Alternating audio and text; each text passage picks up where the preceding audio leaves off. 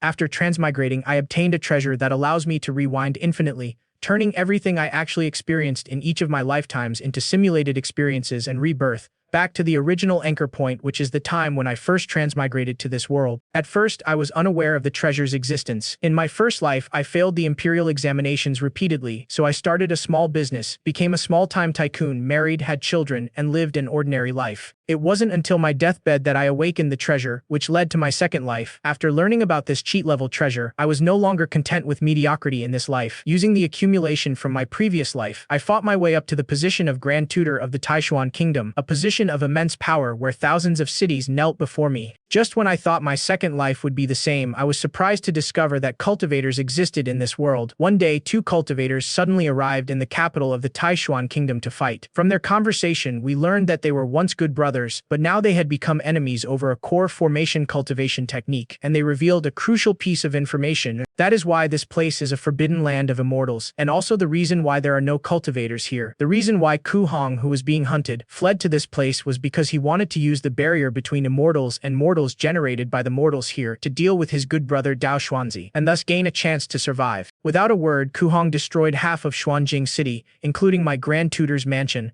After everything calmed down, I, who had narrowly escaped the calamity, awoke from the ruins, looking at the Xuanjing city engulfed in flames. I knew that only a tiny fraction of the people had survived this catastrophe. Then I burst into laughter like a madman, my mind filled with the question, how could there be cultivators in this world? It was because from the moment I became an official, I had ordered a thorough search for any trace of the immortal path, but no matter which direction we went, we had not found even a trace of a cultivator. I never imagined that on this day, when I had given up and was already old, I would encounter it again. Afterwards, I checked the charging of the treasure. It was fully charged and could be used at any time, but I did not choose to use it for the time being. Instead, when rebuilding Xuanjing City later, I ordered the troops of the world to continue to search for the whereabouts of those two cultivators. Several months have passed and Xuanjing City has been rebuilt, but the two cultivators are still nowhere to be found. However, it can be roughly deduced that they came from the Eastern Void Abyss, which is similar to my prediction. Since that is the case, there is nothing to linger over. I immediately activated the real echo, and in a flash, I was transported back to my youth when I first transmigrated. The system also presented the process of how I became the Grand Tutor in my previous life. After the simulation ends, you can choose one reward or forego the reward and allow the energy recharge speed to actually increase in this life. Looking at the options provided by the system, I began to think carefully. Firstly, options 1 and 2 would be helpful for cultivators, but unfortunately, I was just a mortal in my previous life. Considering everything, I still prefer option 4. I don't want rewards to speed up the charging process because charging isn't just for my rollback function, it also consumes my charging progress protection when I'm in danger. That is why I survived the cultivator's attacks in my previous life. I then looked at my personal panel and the energy level had reached 30%. Although my biological age is 20, I've lived to be 30 now, so my mental age is 166 with a maximum of 1056. Psychological age, in essence, is the threshold at which the mind can withstand the burden of too many memories. Excessive burden can crush the soul. The stronger one's psychological resilience, the higher this upper limit becomes. For me, none of this matters. As long as I can embark on the path of cultivation, everything else will fall into place. My goal in this life is to meet those two cultivators 50 years from now and learn the secrets of cultivation from them. They're in the open. I'm in the shadows. There might still be an opportunity. Besides researching guns and gunpowder, perhaps the key lies in what Ku Hong called the immortal mortal barrier. And since they come from the Eastern Void Abyss, I can send people deep into the abyss to investigate. What immortals fear most is having no goal. In my previous life, I was immortal and reached the pinnacle of my life. Even with a beautiful woman like the Empress Dowager by my side, I still felt empty and lost after a while. Now that I've encountered cultivators, I naturally have a new goal. Cultivating immortality is inevitable. With the experience accumulated from 2 lifetimes, I still chose to participate in the imperial examinations, easily winning the top scholar title. And then, just like in my previous life, I chose to serve as an official in Wen County. I quickly subdued all the officials in Wen County and began promoting and cultivating the same trusted confidants as in my previous life. 5 years passed in this way, and I found the person who could replace the Wolf Fang King's double, who would become the future emperor. Afterwards, I had my trusted confidants disguise themselves as refugees and storm the Wolf Fang King's mansion. I pretended to go to the rescue, but in reality, I was working from the inside to kill the Wolf Fang King's family, while having a double take their place. I successfully gained control of the Wolf Fang King's mansion in secret. In the 9th year, the fake Wolf Fang King married the granddaughter of the Grand Scholar, but in reality, it was I who had a conjugal relationship with the queen and bore her a son. In the 20th year, I supported the fake Wolf Fang King's son, who was also my own son, to become emperor, and I was once again appointed Grand Tutor, wielding immense power. Soon the 35th year arrived, and the Fangxian camp I had planted in the void abyss finally reaped the rewards. According to their observations, every 15 years the mist over the void abyss would dissipate for half a day, at which time light would shine out from the bottom of the abyss. Using their telescopes, they discovered a variety of sights: a vast rolling mountain range, magnificent buildings hidden within, towering cities standing on the plains with a population of no less than 1 million, and even a sky city surrounded by rosy light, with various strange beasts flying among them. Upon hearing this, I wore an I knew it expression. It seemed Ku Hong and Dao Xuanzi were indeed from the void abyss. I then asked if they had found a way down. My subordinates replied that they hadn't. They had tried various methods, but once they reached a certain depth, they would be torn apart by sudden gusts of wind, even the strongest armor. Hearing this, I sighed and waved him away. It seems we can only wait for Ku Hong and Dao Xuanzi. 50 years passed, and on this day, Ku Hong and Dao Xuanzi reappeared above Xuanjing City. But before the two could even start fighting, all sorts of ambushing guns and cannons came flying at them. I hope that in the future I can fight against cultivators in my mortal body, because I have the ability of infinite echoing, which allows me to transform each life's real experiences into simulated memories and live them again. It is through this that I have learned what cultivators fear most. Now, in my third incarnation, I plan to lay a trap in this one, first obtaining the method to embark on the path of immortality from them. Time quickly passed to the 50th year of this life. Ku Hong and Dao Xuanzi, two cultivators, returned to Xuanjing City, only to be met with a barrage of guns and cannons. Mortal weapons, of course, were useless against them. After Ku Hong intercepted the incoming bullet, he became very curious about the device. He seized a firearm and examined it closely, marveling at its appearance. He was astonished that mortals in this sacred land could develop such mechanical weapons. Unfortunately, this thing was only effective among mortals. To immortals, it was nothing more than a pile of scrap metal. Ku Hong was initially reluctant to use the mortals in this area, but since the other side had made the first move, he couldn't be blamed. Just after Ku Hong unleashed the Taoist technique Fire Dragon Roar on Xuanjing City, he was shocked to find that, although the houses were destroyed, not a single one of these mortal soldiers had died. At this moment, Dao Xuanzi finally spoke up. "We've fallen into a trap. These weapons were soaked in the blood of mortals. Once they come into contact with the blood, they will be tainted by the barrier between immortals, and their magic will naturally be weakened." Dao Xuanzi realized that the two of them had been tricked, and that someone was obviously coming from the shadows. The two were also decisive people, and after learning about the strangeness of this place, they immediately prepared to leave the immortal realm. Just then, a voice rang in their ears: "If you two escape, the news that you have obtained the core formation technique will spread throughout the entire cultivation world." Dao Xuanzi and Ku Hong's expressions changed drastically. Who was this person? It was clear that only the two of them knew about this technique. Just then, countless cannonballs came hurtling towards them. Ku Hong chose to fight them head-on, but Dao Xuanzi realized the danger and hurriedly told Ku Hong to dodge. As the cannonball exploded, countless drops of blood from mortals rained down, leaving the two people stained with it, powerless to resist. The surrounding soldiers shouted a warning: "Our Grand Tutor has no intention of being your enemy. Surrender and you will be spared." Unexpectedly, the power of this immortal mortal barrier was so great that Ku Hong lost all her cultivation. After handing Chu Wujian to her good brother Dao Xuanzi and telling him to escape quickly, she was killed by Yuaner's further attack. Just then, a voice in the sky announced the news of the Seven Deaths King. Ku Hong, who had achieved his Dao foundation with the Seven Mist Cage, was besieged by mortals in the immortal absolute land. He was accidentally struck by the immortal mortal barrier, and his cultivation was instantly exhausted, resulting in his death. Now that life and death have ended and returned to the heavens, Dao Xuanzi was furious as he looked at his deceased friend beside him. Meanwhile, I, who was watching from behind the scenes, sighed as I witnessed this scene. There is no hope of becoming an immortal in this life. I never expected the barrier between immortals and mortals to be so powerful. At this moment, Dao Xuanzi struggled to his feet. "I don't know who you are or what your purpose is. Now my brother and I are speechless because of your scheme, but I am very indignant, hiding behind mortals and using a despicable thing like a celestial staff, which is despised by all cultivators. My brother Ku Hong died at the hands of someone like you. It wasn't worth it. Now let me show you my foundation establishment." Dao Xuanzi slowly flew into the air and summoned his Dao foundation named Dao Xuan. A huge flying sword appeared above and then fell towards Xuanjin City. Seeing this, I knew I had failed. So at the last moment, I used the Ring of Truth to return to the beginning of time. I gasped for breath, still shaken. Was this the power of a foundation establishment grand perfection cultivator? If it weren't for the immortal staff, even if I reincarnated 100 times, I wouldn't be able to pose a threat to them. I guess I still lack experience. I never expected the immortal staff to kill Kongshen so easily. Although the two of them came to the immortal absolute land to compete for cultivation techniques,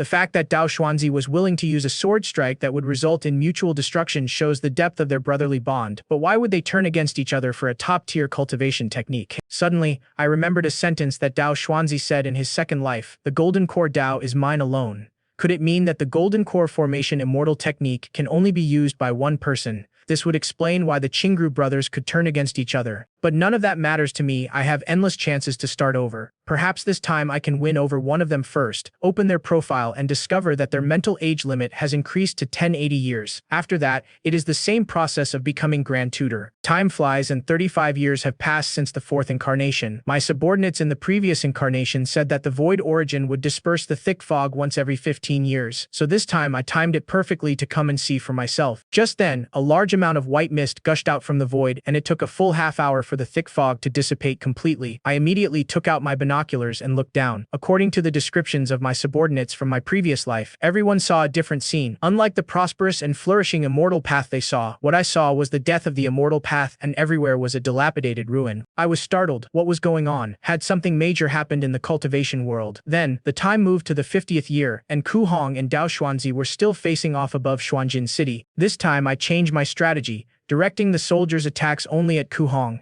and I secretly shouted from the shadows, "Little Ku Hong, we have been waiting for you for a long time following the orders of our late master Dao Xuanzi." Ku Hong was shocked upon hearing this. How did Dao Xuanzi know I was trying to escape to this place? When he discovered that his father and son were carrying the immortal staff, he didn't bother to consider the truth of the matter and immediately cursed. "Xuanzi is despicable." Even Dao Xuanzi himself was completely bewildered. When did I join forces with immortals and mortals? He was just about to explain to Ku Hong that someone had introduced them when I hidden in the shadows, spoke up again. "Is Master Dao Xuanzi trying to turn his back on us? Didn't we agree that after helping you kill Ku Hong and obtain the core formation method, you would lead our clansmen away from this immortal absolute land?" Upon hearing that this mortal knew so much, Ku Hong was completely convinced that Dao Xuanzi was the mastermind behind it all. Otherwise, how could these people know about the core formation technique? Dao Xuanzi knew that words couldn't explain anything, so he used his divine sense to find the source of the voice in the shadows. He then angrily charged towards it, only to find it was just something resembling a communication device. Dao Xuanzi frowned, not expecting this guy to be so cautious. Ku Hong, clearly having been successfully sown discord, was about to launch a deadly attack on Dao Xuanzi, unleashing a fiery dragon fury directly at him. Dao Xuanzi sighed, knowing there was no point in explaining, so he could only unleash his natal sword energy to fight the opponent. Meanwhile, I, hidden in the shadows, spoke up again since Dao Xuanzi wanted to renege on his promise. We could only help Ku Hong test the waters first. Ku Hong was overjoyed. As the saying goes, those who do many evil deeds will surely perish. "Dao Xuanzi, you finally met your match. I've recently mastered a new technique. I'll use it to send you on your way." With the Taoist technique of seeking the dragon, Dao Xuanzi was instantly trapped as if summoned by a dragon. Dao Xuanzi was furious. Not only was he being plotted against by that villain in the dark, but even his good brother of many years did not believe him. So after breaking the dragon-seeking technique,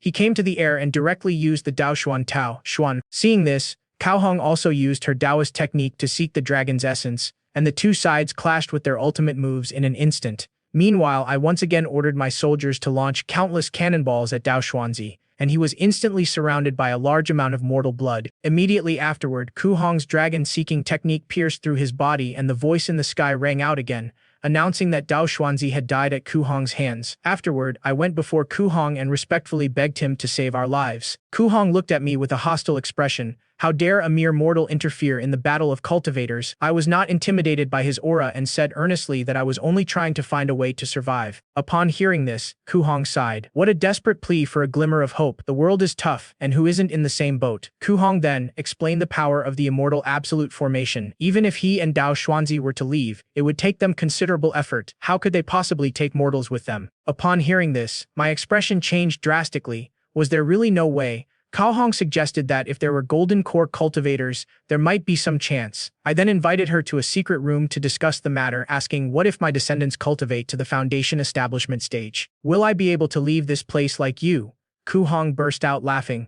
Not to mention that there is no spiritual energy here to cultivate. As for the eternal separation between immortals and mortals, the mortals here are full of bloated air. So how can they cultivate the path of immortality? Unless you can go outside and rebuild your physical body to wash away the bloating, which is unlikely to be possible even then, I advise you to just be mortals. Upon hearing that there was no way to separate immortals and mortals forever, I walked out of the dark room expressionlessly. Ku Hong thought I was heartbroken, but little did she know that right after I left, the immortal staff killed her. Since immortals and mortals are irreconcilable, how could I, a mere mortal, completely trust a cultivator? Despite being a mortal with no cultivation, I was able to capture a foundation establishment cultivator at the great perfection stage. This was because I was in the immortal absolute land, sealed by a great formation. The mortals here possess power that could restrain cultivators. All I needed to do was sprinkle the blood of a mortal on a cultivator, causing them to lose all their cultivation or even die. At first, I didn't know this until I used my ability to travel back in time infinitely, spent 2 days successfully finding this weakness, and successfully captured a cultivator. At this moment, Ku Hong was locked in the cell covered in wounds. It turned out that he had not died, but that I had controlled the amount of the immortal staff I used. Without causing death, their cultivation was completely lost, forcing them to ultimately discover the origin of the immortal absolute land. It all stemmed from a great upheaval in the ancient cultivation world. Initially, a plague broke out among mortals, which cultivators didn't pay much attention to, thinking it was just an ordinary plague. After the first cultivator was infected, the plague was greatly amplified and began to spread through spiritual energy, quickly infecting the entire cultivation world. Those infected would experience a decline in their cultivation at best, and at worst, lose all their cultivation overnight and become mortals, eventually dying and returning to the heavens. In their despair, the cultivators vented their rage on mortals, initiating a large-scale massacre. However, the plague did not disappear with the deaths of many mortals. Instead, it seemed to have lost its restraint, causing even more cultivators to perish. Therefore, the cultivators decided to use the Great Migration Plan to exile all the mortals in the cultivation world to various small worlds and broken grottos without spiritual energy, and permanently isolate them with a great formation, which is how the immortal absolute land came to be today. The plague-like power existing within these mortals was particularly deadly to cultivators, hence it was called the immortal mortal miasma. When Ku Hong was being hunted by Dao Xuanzi, she chose to flee to this place in order to use the power of the immortal miasma to kill him. I never imagined I'd be outmaneuvered by a mere mortal with such a cheat-like advantage. After learning the truth, I felt a pang of resentment. As a mortal, I only have 86 years to live, and the infinite echoes can only exist within that lifespan. Now, at 70 years old, I have only 16 years left to cultivate. I want to cultivate but cannot, and Kohong Dao Xuanzi cannot take anyone away. It is also unlikely that I will encounter other cultivators again, so it seems that I have reached a dead end and can only repeat the life of a mortal life again and again. Suddenly, an important piece of information came to mind: how so many ordinary people were sent here during the Great Migration.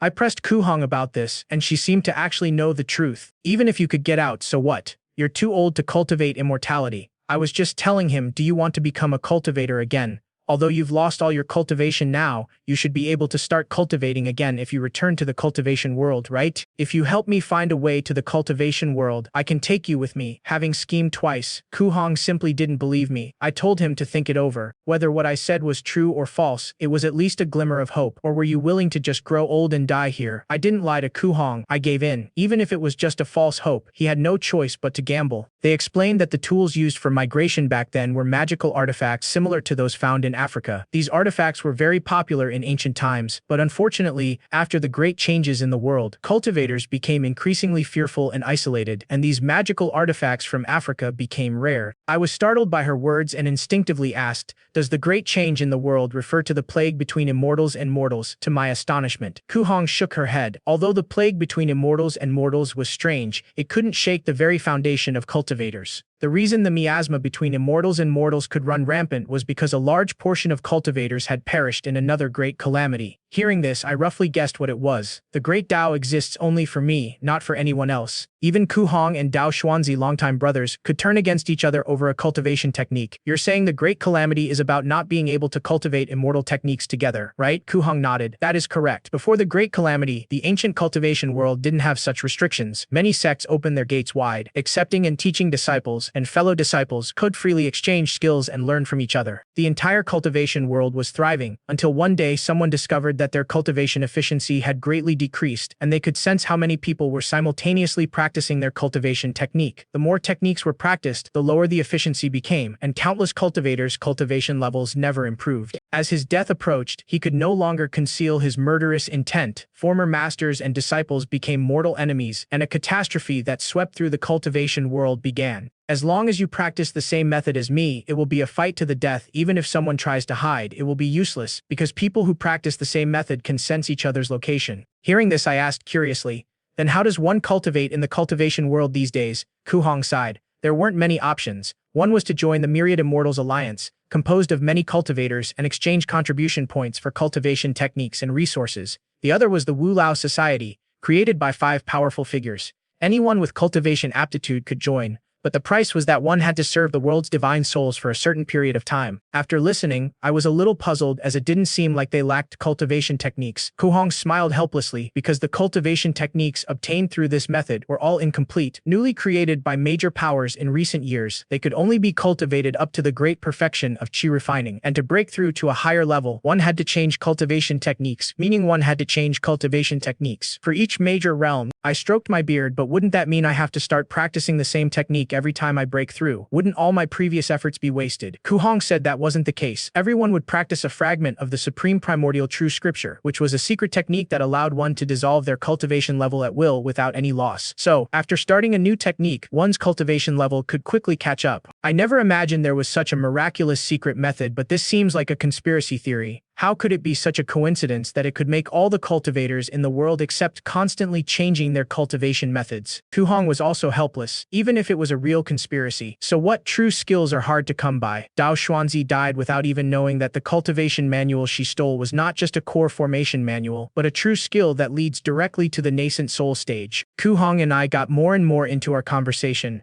and he introduced me to the common knowledge of cultivation that the death of a cultivator would trigger a certain range of celestial phenomena, which was the voice that rang out after Dao Xuanzi died. He then mentioned a rumor that for thousands of years, mortals from various immortal realms would sneak back to the cultivation world, but there was no actual evidence, and he had only heard about it. But I know there is no smoke without fire. If there are rumors, it means someone must have succeeded. After chatting for a while, I made a promise to Kuhong. If I could find a way to go to the cultivation world, I would not only take him back with me, but I would also give up everything he and Dao Xuanzi owned, including that nascent soul true technique. Kuhong exclaimed in surprise upon hearing this. Is this true? After I nodded in agreement, he solemnly promised to do his best to help, and with Kuhong's assistance, I collected historical books and classics from all over the world, hoping to find clues about the Great Tianqi era. At the same time, I mobilized the army to excavate various ancient tombs, which aroused public resentment, but I forcibly suppressed it all. Unfortunately, even after 16 years, which was the last moment of my mortal life, I still hadn't found anything. Before the new echo began, I took out my treasured storage ring to confirm that the cultivation technique Kuhong had mentioned was genuine. It is a pity I have such a treasure but no fortune to enjoy its longevity. Floating nearby was Dao Xuanzi's Dao Foundation sword. Normally, rare objects lose their creative energy with the life and death of cultivators, but today I discovered that this sword, which should have been useless, can actually be absorbed and charged by my ring of truth. Despite being a harmless mortal, I managed to persuade 2 Foundation establishment cultivators to help me repair my magical artifact, all because of my ability to endlessly revitalize rituals. In the previous 2 encounters, I figured out what power cultivators feared most and what they desired most in their hearts. Therefore, in this new life, I knew how to coerce, entice, and deceive them. At this moment, I saw the window notification that the Dao Xuan sword had appeared and realized that the rare item used to build the Dao Foundation could be charged by Huan Zhen. I immediately confirmed its use and received a certain percentage of the charging progress. Currently, there is only 1 hair point. However, according to feedback from the ring, as long as the hair point's charging progress reaches 100%, a second hair point can be activated in the future. When selecting Echo, you can choose any time hair point to restart. This is naturally a good thing for them. Although rare items are uncommon, the world of cultivation is vast and offers many opportunities afterwards. I chose to wander again and was once again given several choices. Unlike before, this time I chose to keep 1 item as a reward. Unfortunately, not all items in my storage ring could be kept, so I naturally chose the nascent soul cultivation technique. Upon opening the panel, I discovered that the Heavenly Jade Ring Golden Chapter technique had been successfully bound, meaning it would permanently reside within the ring. This was an unexpected and delightful surprise. After that, I began to plan for this life. In my previous life, the sudden excavation of a large number of ancient tombs was too shocking, which caused public resentment and also created a lot of opposition in the court. This time, the first step was to change the mindset of the people using classic Chinese texts such as the Kretusen Greet Learning, Analixu, and Shuangzi. A school of thought imitating antiquity was secretly established. The moment these ancient texts were published, they immediately shook the world. Later, when the emperor was seriously ill, he he had the school of antiquarianism send him a pill, and he recovered completely in just a few days. This made the emperor obsessed with the idea of elixirs of immortality, and also made people believe that the ancient tomb contained not only ancient books, but also life-extending elixirs. 15 years later, the emperor fell seriously ill again. In his quest for an elixir of immortality, he dispatched a large army to excavate ancient tombs. Although this time they found nothing, and the emperor died in a fit of sweat, the trend of searching for ancient tombs had already taken hold throughout the land. And all of this, naturally, was orchestrated by me behind the scenes. What followed was still the process of me becoming Grand Tutor. This time, when I ordered the excavation of ancient tombs throughout the land, no one objected anymore, as one ancient tomb after another was unearthed. The lost history of this land of foresight is gradually being pieced together with the earliest dynasty named Qi. I immediately offered a reward to the whole world. Whoever could find the ancient tomb of the Qi dynasty would be granted a title of nobility and a high-ranking general. And so, in the 25th year, the tomb of Yixing, the first emperor of the Qi dynasty, was finally found. Its main tomb passage stretches for hundreds of meters, with lifelike murals on both sides, and in the main burial chamber, the ceiling above is arranged like a star inlaid with thousands of luminous pearls. Mountain peaks rose one after another, submerged in a sea of clouds. Even the path ahead was a sea of clouds. I knew this was the work of immortals. It seemed I had found the right place. Reaching the highest peak, there was only a simple thatched hut, but upon entering, I discovered that the thatch was made of golden silk. To prevent any accidents, I sent soldiers to scout ahead first. After opening the door, there was no danger as I had imagined. Instead, I was surprised to see a certain spot inside the room. It turned out that the emperor and his entourage were actually outer disciples of the Taiyan sect. I suspect that although this guy joined the Taiyan sect, he was probably not talented enough, so he was exiled here. I didn't expect him to be so attached to his former sect. Even in death, he still wanted to have a memorial tablet erected for him as an outer disciple. However, according to Kuhong in the previous life, all the sects in the world should have disappeared in the Great Calamity before the Great Millennium era. It seems there is another hidden story. It is also possible that this group was entrusted by the cultivators of the Taiyan sect to be responsible for the Great Millennium in this land of enlightenment. Perhaps they can find the Africa that is used for the millennium. Since nothing was found in the main burial chamber, I had people excavate the area surrounding the ancient tomb. Sure enough, in a nearby burial chamber, we found a list of records containing the word Africa, but the result infuriated me. The burial chamber had already been robbed, and judging from the traces, it had happened over 1,000 years ago. I angrily overturned the table. With each dashed hope, I was on the verge of exploding. Left with no other option, I continued to offer a bounty, hoping to find clues about Africa. Time flew by, and in the 35th year, shocking news arrived. A group of people had found what appeared to be the tomb of an immortal. I quickly had someone bring the immortal staff, and then came to the tomb chamber. I sprinkled the blood of immortal with the power of the immortal staff onto the protective array of the tomb chamber, and sure enough, it was easily broken. Then the excavation began, and soon good news came. Among the burial objects were something resembling an African artifact. I rushed in anxiously, but what I saw left me bewildered. This African artifact was the size of a toy. Afterwards, through the information carved on the wall by the tomb owner, I finally learned the whole story. This person was named Qian Hong, a Foundation establishment cultivator who was hunted down by his enemies more than 3,000 years ago, and, having nowhere else to go, chose to hide in this land of awakening. However, the land of first awakening lacked spiritual energy. After Qian Hong used up all the spirit stones he had, he quickly ran out of spiritual energy to replenish it, and his cultivation level continued to decline. In order to leave, he also began to search for the whereabouts of Africa. Later, he found the tomb of Yixing in Africa, but to his despair, the power and mental array of this Africa were damaged. He was not good at refining weapons and could not repair them. In the end, he gave up the idea of leaving this land of the prodigies and left his last words. I hope that if any cultivators in future generations find his tomb, they will bring his remains back to the cultivation world, and the items he left in the tomb will be their reward. The first broken stele is the rare treasure of heaven and earth that I need, but unfortunately, I can no longer absorb it. The array that guarded the tomb was his doing, but it was worn down into an ordinary stone by the power of the celestial mortal barrier.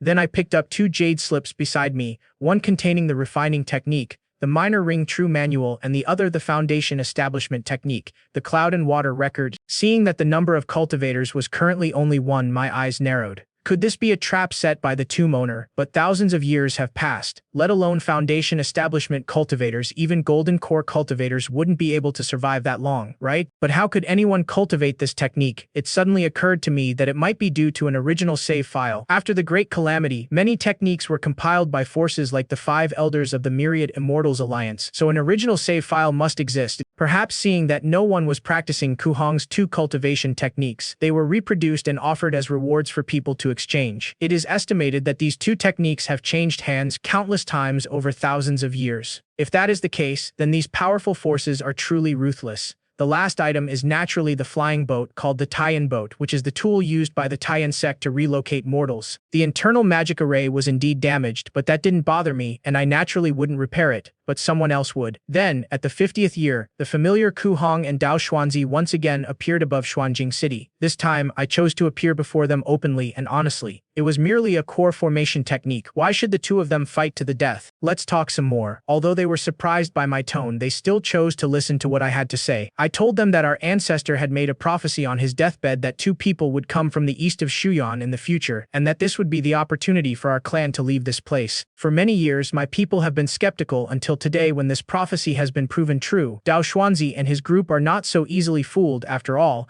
they have never heard of any divination technique that can predict events 1,000 years in the future. I uttered a name that surprised them. Have you two ever heard of the Taiyan sect? Kuhong asked in shock. Could it be that ancient sect that excelled in divination? Upon hearing this, I secretly breathed a sigh of relief. I hadn't expected the Taiyan sect to be so skilled in divination. It seemed my plan to deceive them had worked, so I directly admitted that it was true. My ancestor was a member of the Taiyan sect. Although our ancestor was not skilled in cultivation and was only at the weapon refining stage, he was extremely proficient in divination. Later, because mortals needed to migrate, our ancestor was worried about his family, so he volunteered to take charge of the migration and stayed in this immortal land with his family. Having heard the complete account of the events, which seemed to fit perfectly, Dao Xuanzi and the others were basically convinced and inquired about the matter. I immediately stated my purpose. Why were you two comrades fighting over a core formation cultivation technique? My ancestor passed down a golden core cultivation technique before his death, so I suppose you two won't need to fight over it anymore. Kuhong was extremely excited upon hearing this. After all, he and Dao Xuanzi had been friends for many years, and it would be best if they could avoid fighting.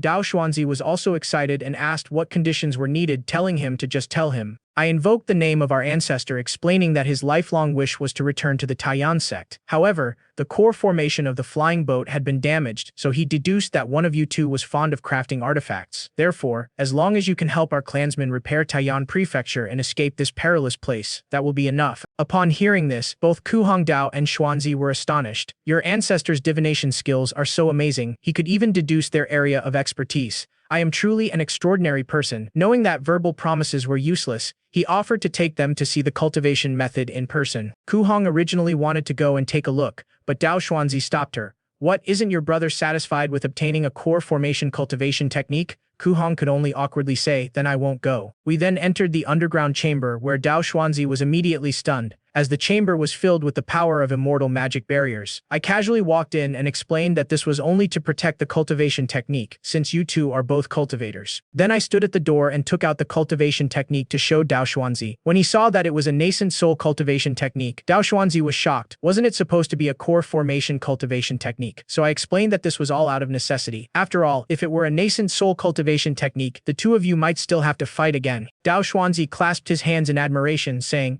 Your Excellency is truly meticulous. Please rest assured, my elder brother is proficient in weapon crafting. I will definitely have him help you repair Taiyan Prefecture. Everything is developing according to my expectations. I laughed and said, that is wonderful. As long as the flying boat is repaired, I will present this cultivation technique to you with both hands. After returning to the manor, Dao Xuanzi sent a telepathic message to Kuhong, confirming that the cultivation technique was indeed genuine, but he did not reveal that it was actually a nascent soul cultivation technique. Kuhong immediately harbored malicious intentions. Let's just rob it. After all, I'm just a mere mortal. The great formation was protected by the ancient beast, Lai Jijin, but I, a mere mortal, chose to force my way through, solely because I possess the ability to travel back in time infinitely. After spending several decades or even centuries, I successfully discovered Lai Jijin's weakness.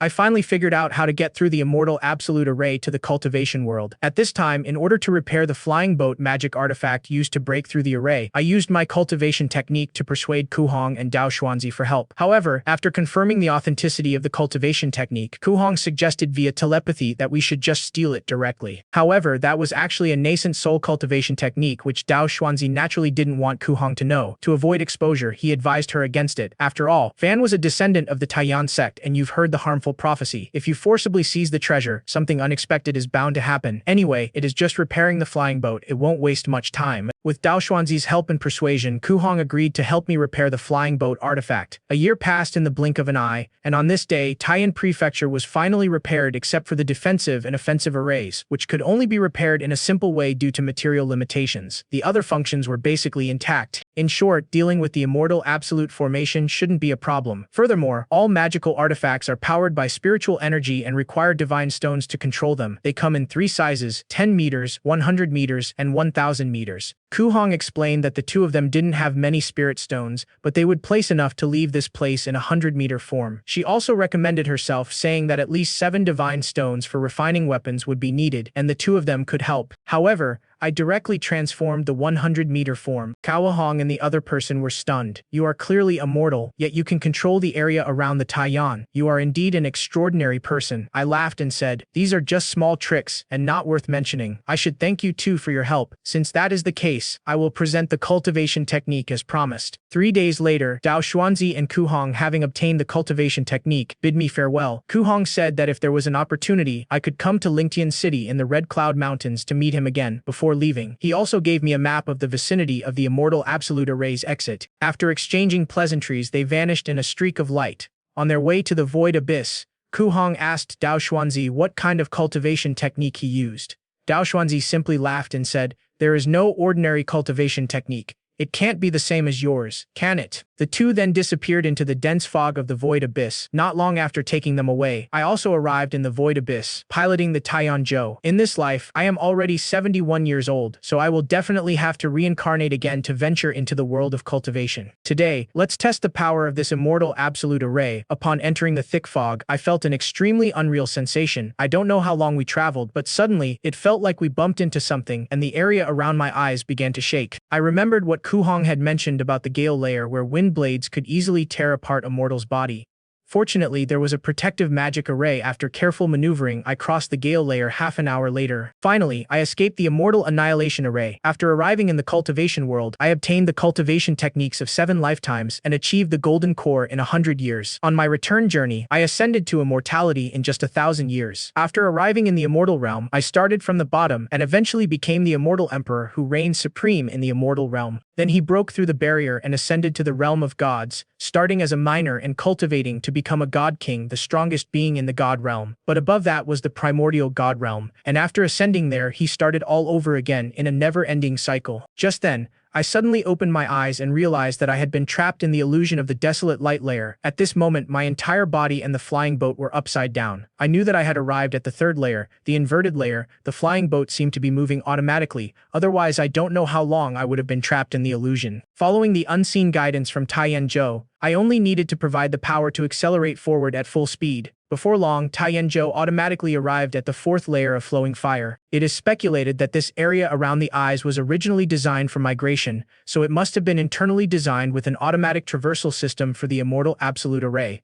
Thus, after passing through layer after layer of different elements, it finally arrived at the 7th layer, the dark layer, a layer entirely filled with darkness. According to Ku Hong, this layer was just darkness and posed no danger. Just as I excitedly thought I was finally going to the world of cultivation, a gaping maw appeared the next second and lunged at Taiyan Zhou. Fortunately, at the last moment, I used the Ring of Truth to return to the initial anchor point. I gasped for breath in fear. What kind of monster was that? Neither Ku Hong nor Dao Xuanzi encountered it in the dark layer. So why did we run into it? Could it be a special method targeting mortals? It seems it is best to wait until the dense fog dissipates every 15 years before exploring the void abyss. Although I failed to break through the Great Formation in my previous life, at least I could choose to keep the Taiyan Zhou item, which, like the nascent soul cultivation technique, is permanently bound to me. In this new life, I will have plenty of time to plan. In this life, I first brought my trusted confidants to Qian Hong's tomb. Then, after carefully controlling the amount of the immortal staff used, without destroying the broken stela, I successfully absorbed and charged this strange object, instantly charging Ding Mao's progress to 26%. Then, in the 5th year, I couldn't help but come to Shuyuan to observe again, but for some reason, after watching for a while, my eyes turned red and my mentality began to change inexplicably. I had a feeling that I wanted to rush over immediately. But Mingming Huanzhen wasn't fully charged yet, and if anything went wrong, he would surely die. Just then, a bright light flashed through the void abyss and my mind returned to normal. It turned out that countless voices had been trying to lure me into the void abyss and I almost fell for their tricks. After that, I spent my 20th year as usual. Once Huanzhen was fully charged, I was confident enough to venture into the void abyss again. In the end, Taiyanzhou easily passed through the first 6 levels, but this time I chose to stop at the entrance of the dark level, intending to observe the traces of the monsters inside. After a long time without any results, I had no choice but to accelerate as fast as I could to re-enter the dark lair. As soon as I entered, I encountered that familiar gaping maw waiting for me again, and my face turned serious once more. As I suspected, this unknown monster harbors immense malice towards mortals. Perhaps its mission is to devour any mortal who approaches this level. In this critical moment, I piloted the Taiyanzhou back to the previous thunderstorm level, and upon returning, the monster ceased its pursuit. Using the light from the thunderstorm layer, I finally saw the monster's complete form, a colossal whale. I looked at it with resentment, so close yet so far. For the next 15 years, I tried countless times to force my way into the dark lair, but I still couldn't get past the whale's gaping maw. However,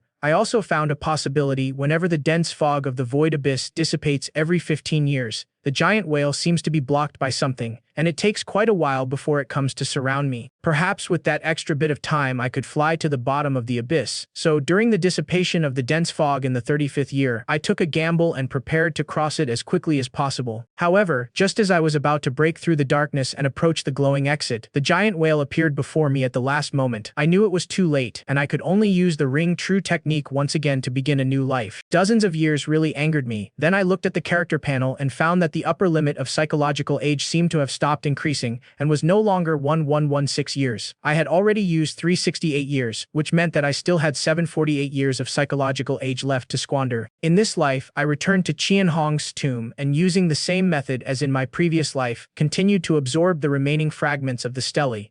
The charging progress of Ding Mao has reached 51%.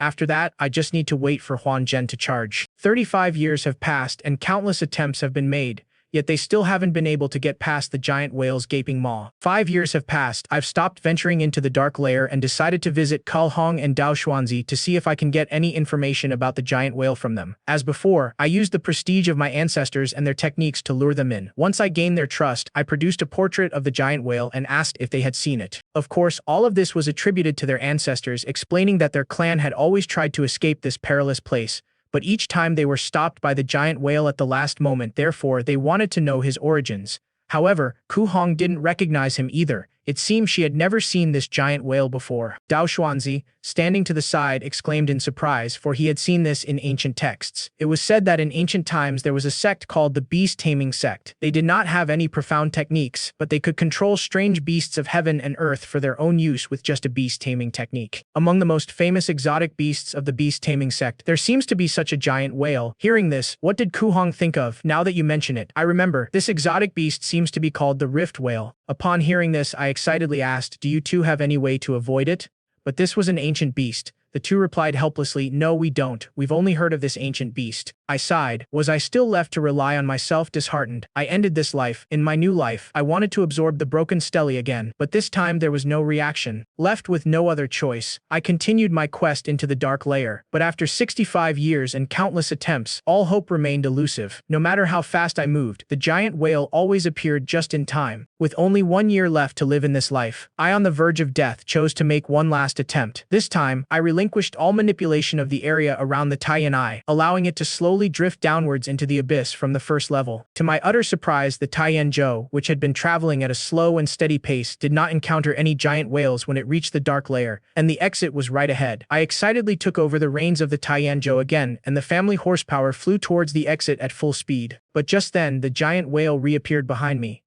I was a little confused. Why did the whale suddenly reappear? Could it be that it couldn't see or could ignore objects moving at a constant speed? As long as I can maintain the same speed, will I be safe and sound? Thinking of this, I laughed heartily. The last shackle that bound me from the immortal realm had finally been completely removed. Finally, amidst my maniacal laughter and the roar of the giant whale, I piloted the Taiyanzhou through the gap in the darkness, heading towards the realm of cultivation. I don't know how much time passed. It felt as if I had instantly traversed the distance of several worlds. I was under immense pressure, and blood was flowing from my 5 orifices, but I didn't care. This is me looking back at the immortal absolute array behind me. As the viewpoint widens, I can see it clearly. Then I saw a scene I will never forget, a rift whale, and thousands of rift whales were carving out dark spaces in the void, while the immortal absolute land from which I escaped was getting farther and farther away. The update is here. After hundreds of years of trying, I finally know the way to the cultivation world. Just recently, I cracked the weakness of the rift whale. Having successfully escaped the last layer of darkness by piloting the tie-in boat,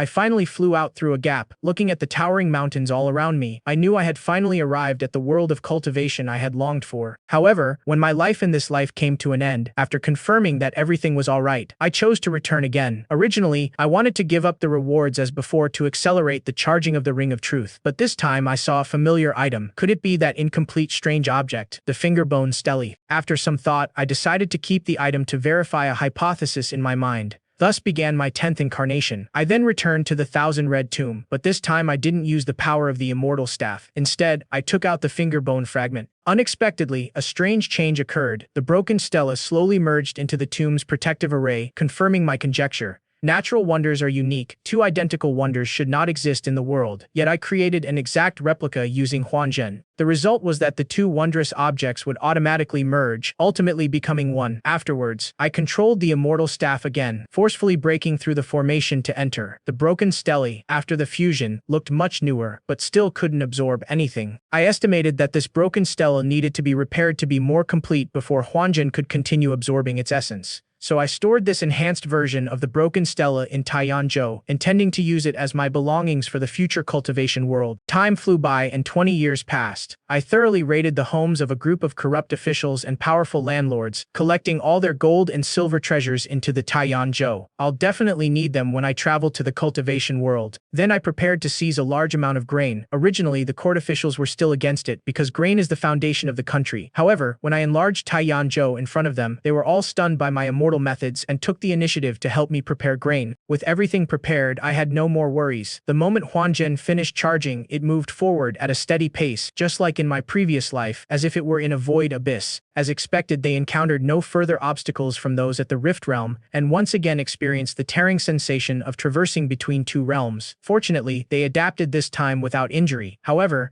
an unexpected incident occurred at the exit. When I looked at the vast ocean around me, I was a little dumbfounded. How come it was different from the towering mountains I saw in my previous life? I looked at the map of the exit that Kuhong had left me, but I couldn't find the location of the ocean. With no other option, I could only take it one step at a time, praying to find a populated area before my spirit stones ran out. After flying for more than 10 days just before my power was about to run out, I finally encountered a large ship. When I looked through my binoculars, I saw that the large ship was sinking and there were dozens of people around trying to escape. They all seemed to be ordinary people, and it appeared they had been attacked by something. Just then, I overheard someone loudly reassuring the crowd that he had already contacted the Immortal Master and would be coming to rescue them soon. Hearing this, a thought struck me. I secretly retracted my Taiyan eyes and swam from the sea towards their location. He then pretended to be struggling to survive and silently blended in, waiting for the so-called Immortal Master to arrive. Not long after, a figure appeared in the sky. He seemed to have cast some kind of spell to conceal himself, making it impossible to see his face. With his loud shout, I found myself instantly silent, unable to make a sound myself. Then they saw the damaged ship slowly flying into the air. No one knew what magic the cultivator used, but he repaired the ship in just a moment. With a final casual wave, he rescued everyone who had fallen into the sea and brought them aboard. He then asked who sent the signal. The man who had spoken earlier respectfully knelt down and replied, "It was me, Su Chengyu." The cultivator warned, "You all know the rules, right? I've never seen you before, and I don't know who you are. Once we get there, it is none of my business." Su Chengyu knelt down again, indicating that he understood. Finally, the cultivator reached the bow of the ship and using some unknown magic propelled the large ship at an incredible speed in a certain direction. After nightfall, they finally arrived at an inhabited island, a seemingly very prosperous one. However, the large ship did not stop at the port but instead circled the island to a sparsely populated cave on the other side. After the ship docked, several men in black were seen waiting there. The men in black acted as if they hadn't seen the cultivators at all, simply herding everyone off the ship and leading them to a spacious hall. Then one of the men in black spoke up, "You will rest here tonight. Take whatever food you need yourself." Tomorrow someone will take you to get your identities renewed. After the men in black left, I eavesdropped on their conversation. It turned out they were mortals who had smuggled themselves from a secluded paradise called Dali. Initially, there were nearly 100 of them, but after being attacked by a sea monster, less than half remained. Unlike the otherworldly land I was in, Dali, where they lived, seemed to know about the cultivation world quite well, and had even developed a smuggling route. Just then, a fat man approached and said, "Brother, you look unfamiliar. I wonder what official position you hold in Dali or what wealthy merchant you are from which prefecture." I didn't answer but just glared at him fiercely. As expected, the fat man was intimidated by my imposing aura from years of holding a high position and left without daring to ask any more questions. Then one day, a middle-aged man walked in. "I'll take you to register your household in a bit, and after that you'll be the counselors of the Stray Island. Of course, you should know what I shouldn't say. Otherwise, I can't guarantee your safety. If anyone asks, you can say you are residents of the Western Jade Island and that you fled here because the island was destroyed by a storm." Then we changed into the tattered clothes we had prepared and followed the middle-aged man and the man in black. We soon arrived at the town on the island. Although our group of dozens of people was quite conspicuous, the surrounding residents glanced at us and then ignored us, seemingly used to it. After circling the residential area several times, we finally arrived at a mansion led by a servant at the gate. We entered through a side door. Upon entering, we saw that there were already hundreds of people waiting in the main hall. Soon it was our turn. We saw the middle-aged man fawningly present a gift to a manager named Zhao. After accepting the gift, Manager Zhao praised the middle-aged man named Sun Shang. "Not bad, your Tianbalu is very sensible." And so, the group of people were assigned their household registrations one by one. It wasn't long before it was my turn. After giving my name, let me drip my blood onto a talisman. This will be your identification. You will need to present this document to receive work assignments, distribute food, and handle inspections on the island. Do not lose it. Sun Jiang, standing to the side, was a little puzzled as to why Manager Zhao was so kind to this guy named Li Fan, even instructing him so meticulously. After getting everyone's documents sorted out, Sun Jiang looked at Su Changyu. "Uncle Qi, can you sign now?" Su Changyu took out a piece of paper, bit his finger, and wrote his name in blood. The paper then slowly disappeared before his eyes. Su Changyu said, "As the saying goes, 3 angers will end it all, and after we've completely settled down, I will sign the final contract as agreed." Sun Jiang slapped his head. "Dealing with you outsiders is such a hassle. If it weren't for that immortal master, my Tianbao Tower wouldn't be doing this unprofitable business." Sun Jiang then talked about the benefits of becoming a resident of the island, saying that one could obtain a place to live by presenting a talisman as proof, and that one could receive a certain amount of food every month for free during the first year of naturalization. Su Changyu asked the question I most wanted to know: how could one begin cultivation? Sun Jiang explained that the concentration of miasma in the bodies of these exiled mortals far exceeded that of ordinary people and that they needed to expel the miasma before they could cultivate. Su Changyu then asked the crucial question how to remove it. There are many methods, among which the cleansing spirit stones on the island can be used. Soaking them for a day and a night will completely remove it. Unfortunately, the materials required to open the spirit stone are astonishing, and it can only be done once every 3 years. The last time was a year ago, meaning we have to wait another 2 years. But even if we open it, it is useless. The competition for this spot is fierce. How could you outsiders possibly compete with the island's residents? Su Changyu continued to ask, "What about other methods?" Sun Jiang said. "The second method is to practice the Xuanhuang Qingxin mantra, combined with specific medicines and diet, which can be completed in 5 or 6 years. Although it takes a long time, it is stable and requires no cost. The heart-cleansing mantra and the corresponding pills can be bought at pharmacies." However, Su Changyu didn't seem satisfied and wanted to know if there was a faster way. When the third method was mentioned, Sun Jiang's expression turned solemn. "Becoming a test subject, after successfully arriving in the cultivation world, I easily obtained a certificate of identity from the Stray Island by infiltrating a group of smugglers from the outer realm. Through Sun Jiang, I also learned several methods to expel the miasma from my body." When the third method was mentioned, Sun Jiang's expression turned serious. "Becoming a test subject." Hearing this, Su Changyu asked in confusion, "What do you mean by test subject?" Sun Jiang explained that some immortal masters were very interested in miasma and would select mortal volunteers each year to act as test subjects, using special methods to extract the miasma from their bodies. It only took a few months. However, this process is extremely painful to the point that one cannot live nor die. Most people cannot endure it until the miasma is completely drawn out before they are driven completely insane by the torment. Su Changyu was unwilling to accept this and wanted to know if there were any other methods. Sun Jiang then mentioned the fourth method. Immortal masters do not always give birth to offspring with the aptitude for cultivation. Their direct mortal descendants can use rare and precious materials to reshape their bodies, and they will not have to worry about being troubled by miasma. It can also directly improve cultivation aptitude, but that is a privilege we can't enjoy. Even our Crystal Island master doesn't have that benefit benefit anyway. These are the methods I know. If you really want to cultivate, think it over carefully. Before leaving, Sun Jiang kindly advised, I know that you exiles all have the desire to seek the Tao, but who didn't once have that desire? The path to immortality is too difficult.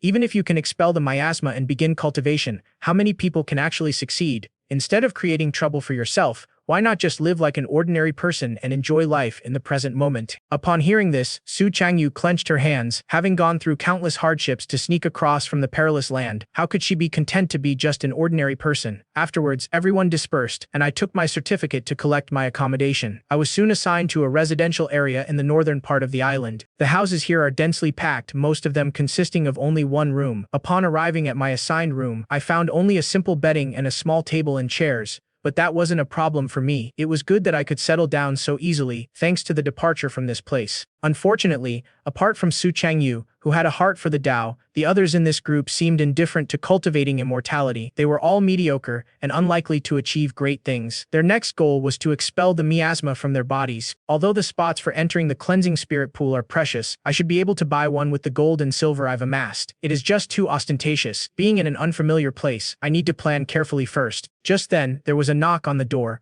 I alertly pulled a weapon from my backpack, then opened the door to find it was that fat man from the outer realm. He made no attempt to hide his identity, asking directly, "You're not one of us from the outer realm, are you?" I feigned confusion, asking, "What are you talking about?" But the fat man wasn't fooled. "Who exactly are you? What is your purpose in infiltrating Luli Island?" Hearing this, my expression turned unfriendly. "How did you see through me?" The fat man explained, "When I fell into the water, I saw your figure emerge from underwater. At first I thought it was a hallucination, but after thinking about it carefully, I realized that you weren't there when the team set off." Upon hearing this, I praised him. "You do have some clever ideas." After being praised, the fat man looked smug and said, "Of course, those idiots didn't even notice that a stranger had sneaked in, except for me." After hearing that only he had noticed, I slowly walked towards the fat man's back. "So you're saying no one else noticed, right?" After receiving the fat man's smug confirmation again, I didn't hesitate to take the dagger I had prepared beforehand and stab him hard through the body. What an ignorant fool, trying to threaten others with his meager cleverness. Afterwards, he placed the corpse inside his divine eye and wiped away the bloodstains. As for whether it will be detected by divine means, I'm not too worried. First of all, those who leave the realm also have smuggled identities. Whether it is the cultivators who conceal their identities or the Tianbao sect where Sun Jiang is located, they are all extremely cautious, for fear of being discovered. Obviously, the identities of ordinary people in the land of exile are completely hidden, so why would they bother to investigate a useless person? Even if I know that the fat man is coming to me in the end, as long as the body is not found, I can just insist that I have never seen him. As I expected, a few days have passed. Only Su Changyu came to inquire, and the fat man's disappearance didn't cause much of a stir. In the time that followed, I inquired about various things on the island, while simultaneously devising a plan for how to make good use of the gold and silver treasures. Gradually, I gained a general understanding of Luli Island. The sea area where it is located is called Kongyunhai, scattered with tens of thousands of islands. Luli Island is of medium size and is named after the luli fish, which has abundant and delicious flesh found around the island. This fish is very popular among mortals, and some immortal masters even use the glass beads that occasionally appear in their bodies to refine elixirs. Therefore, the immortal masters guarding Glass Island collect a certain number of glass beads every year, which makes fishing for glassfish the most popular job on Glass Island. Although 70% had to be handed over and only 30% could be kept, many fleets still went to sea because in addition to catching fish, they sometimes found shipwrecks containing treasure in the sea. The rules for finding treasure are the same as those for fishing. 70% must be handed over, and the remaining 30% is yours. Therefore, as long as I can obtain a quota from the Luli Prefecture and go to sea alone, I can use the shipwreck treasure incident to launder the wealth within Taiyan Prefecture. And these sea voyage slots are the key. Through the past few days of investigation, it has been learned that the Lord of Luli Island has 3 trusted confidants. Steward Zhao is in charge of personnel, Steward Qian is in charge of finance, and Steward Zhou is in charge of security. Most of the slots for sailing were in the hands of Manager Qian. The other 2 managers had been trying to get involved, but Manager Qian had a firm grip on them. They each only got slots for 1 or 2 fleets. I only met Manager Zhao. Speaking of which, his attitude towards me seemed quite different that day when I was officially registered. Perhaps I should go and meet this manager Zhao. Update. To solve the problem of the source of the gold and silver treasures, I've decided to start with manager Zhao, but going directly to him would definitely be impossible given my status. So I went to Tianbao Tower first, intending to ask Sun Jiang for an introduction, but I was turned away. The man in black seemed to know who I was and blocked my way without saying a word. I'm a bit confused. Tianbalu is a business after all. Why would they turn away customers, and why didn't they even inform us? Could it be that something happened to Li Jian and his group causing Sun Jiang to turn his back on them? I quickly found the person who had left the sword and asked what was going on. After some inquiries, I learned that Su Chengyu had decided to try the third method to remove the miasma, which meant becoming a test subject. Before leaving, he finalized the contract with Tianbalu, so Tianbalu would no longer have any dealings with them. That made sense. He just hadn't expected Su Chengyu to be so decisive. Su Chengyu's friend then explained why he was in such a hurry. It turned out that Su Chengyu had a sister suffering from a terminal illness, and she was risking her life to save him. Even without Su Chengyu's contractual assistance, I still don't intend to give up on Sun Jiang's path. After all, he comforted Su Chengyu before leaving that day, so he wasn't a truly wicked person compared to strangers. I still prefer dealing with people I know a little about. Then I went to Tianbalu again. When the guard saw me, he shouted, "What are you doing here again? Are you looking for death?" Seeing this, I said loudly, "I'm here to do business at Tianbalu. Is this how you treat your customers?" This scene attracted the attention of those around me. The guards panicked a bit and went back to consult with their superiors before leading me to a guest room. After drinking the tea served by the maid, I couldn't help but exclaim how good the tea was. At this moment, Sun Jiang finally appeared before us. This Great Jade Swallow Dragon tea was a specialty of the area surrounding Great Jade Island, and now, with the island destroyed, it has become a rare and precious item. It seems I've benefited from Elder Sun's favor. Sun Jiang bluntly said, "Now that the matter of Dali is over, why have you come looking for me again?" I told him not to worry. I was indeed here to do business, and it had nothing to do with the matter of Li Ji. Sun Jiang scoffed at his words. "What kind of business could a newcomer like you possibly have?" I didn't say anything, just gave him a look. After thinking for a moment, Sun Jiang decided to sit down and talk. "So, what kind of business?" I got straight to the point and asked, "I wonder if your Tianbao Tower is interested in any slots for the sea voyage fleet." Sun Jiang replied that of course they were. Not to mention salvaging shipwrecked treasures, just catching glassfish and other marine products would be enough to make a fortune. However, the slots were all taken by Manager Qian, the old boss, not to mention my Tianbao Tower. Even Manager Zhao could only get 1 or 2 slots. "What makes you think you have the ability to get a spot?" I told Sun Jiang.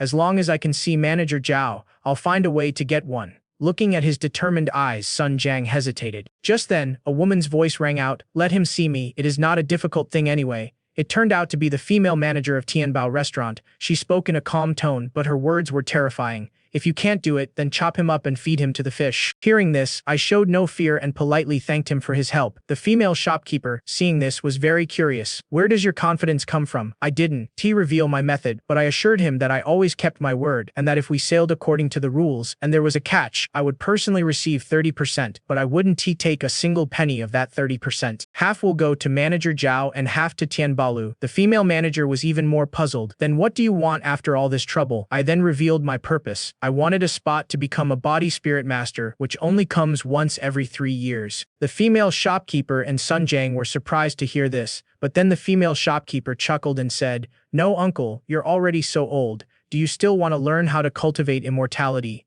I didn't pay attention to his laughter and just said calmly, "I only seek immortality and I will not regret it even if I die." Upon hearing this, the female shopkeeper was stunned. Perhaps sensing my unwavering determination to guide her, she abandoned her nonchalant demeanor and solemnly stated that she had agreed to the matter. The update is out. In order to get the opportunity to meet with Manager Zhao, I found Tianbalu to cooperate. After discussing the profit sharing with the female manager, he said that he would send someone to notify me when the meeting with Manager Zhao was scheduled. I left him my address and then left no more information. After I left, Sun Jiang suddenly spoke up. "Manager, wouldn't it be a loss to give him a spot as a spirit master?"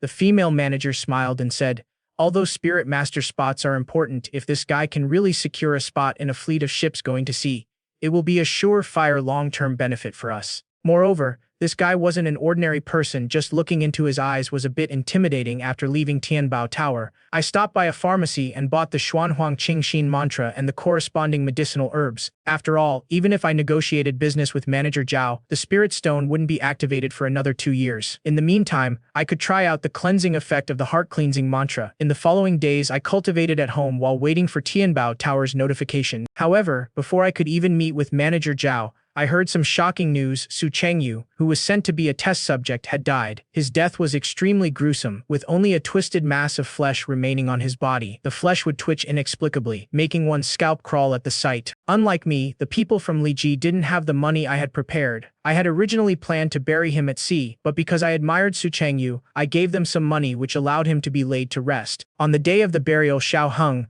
a close friend of Su Chengyu, was in great pain. As for me, with so many years of experience, although it was the first time I had seen such a tragic death, I didn't feel much, just a little sad. During the few days I spent with Su Chengyu, I could see that he was determined and a truly remarkable person.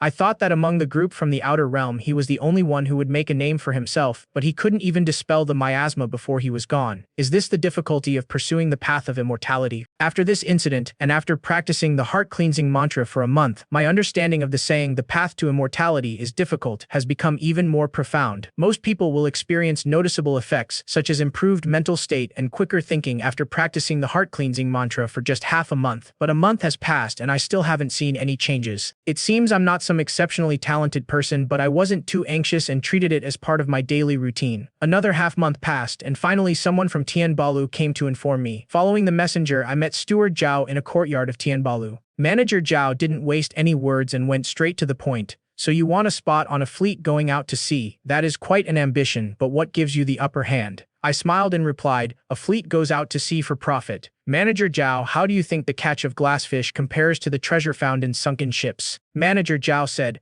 of course shipwrecked treasures are more profitable, but you can't encounter shipwrecks every time you go out to sea. Even though I've been on the island for decades, I've only seen a few shipwrecked treasures that yielded great rewards. I told him, if you can give me command of a fleet, I can guarantee that every voyage will bring back a certain amount of sunken treasure. Upon hearing this, Steward Zhao's eyes instantly turned red, and after a moment he said, you're not lying. Hearing this, I was a little surprised. He wasn't lying, but I wondered how Manager Zhao could tell. Manager Zhao then explained his ability. It turned out that he had been born with heterochromia since childhood, which allowed him to recognize people and distinguish truth from falsehood. He noticed the white light emanating from me, proving his words were true, and he harbored no ill intentions. I was a little surprised. I hadn't expected such a secret technique. So, on that day at the class monitors meeting, Manager Zhao, you noticed something different about me based on that. Nothing much, just that you seemed extremely wealthy that day and your hands were stained with a lot of blood. Clearly, this isn't an ordinary person, so let's be polite to you and make a good connection. Then I thought about leaving the realm and my exiled mortal identity. You know about that, Manager Zhao, right? Manager Zhao dismissed this suggestion, saying that with a celestial master overseeing the island, no matter their identities, as long as they behaved themselves, no one would do anything to them.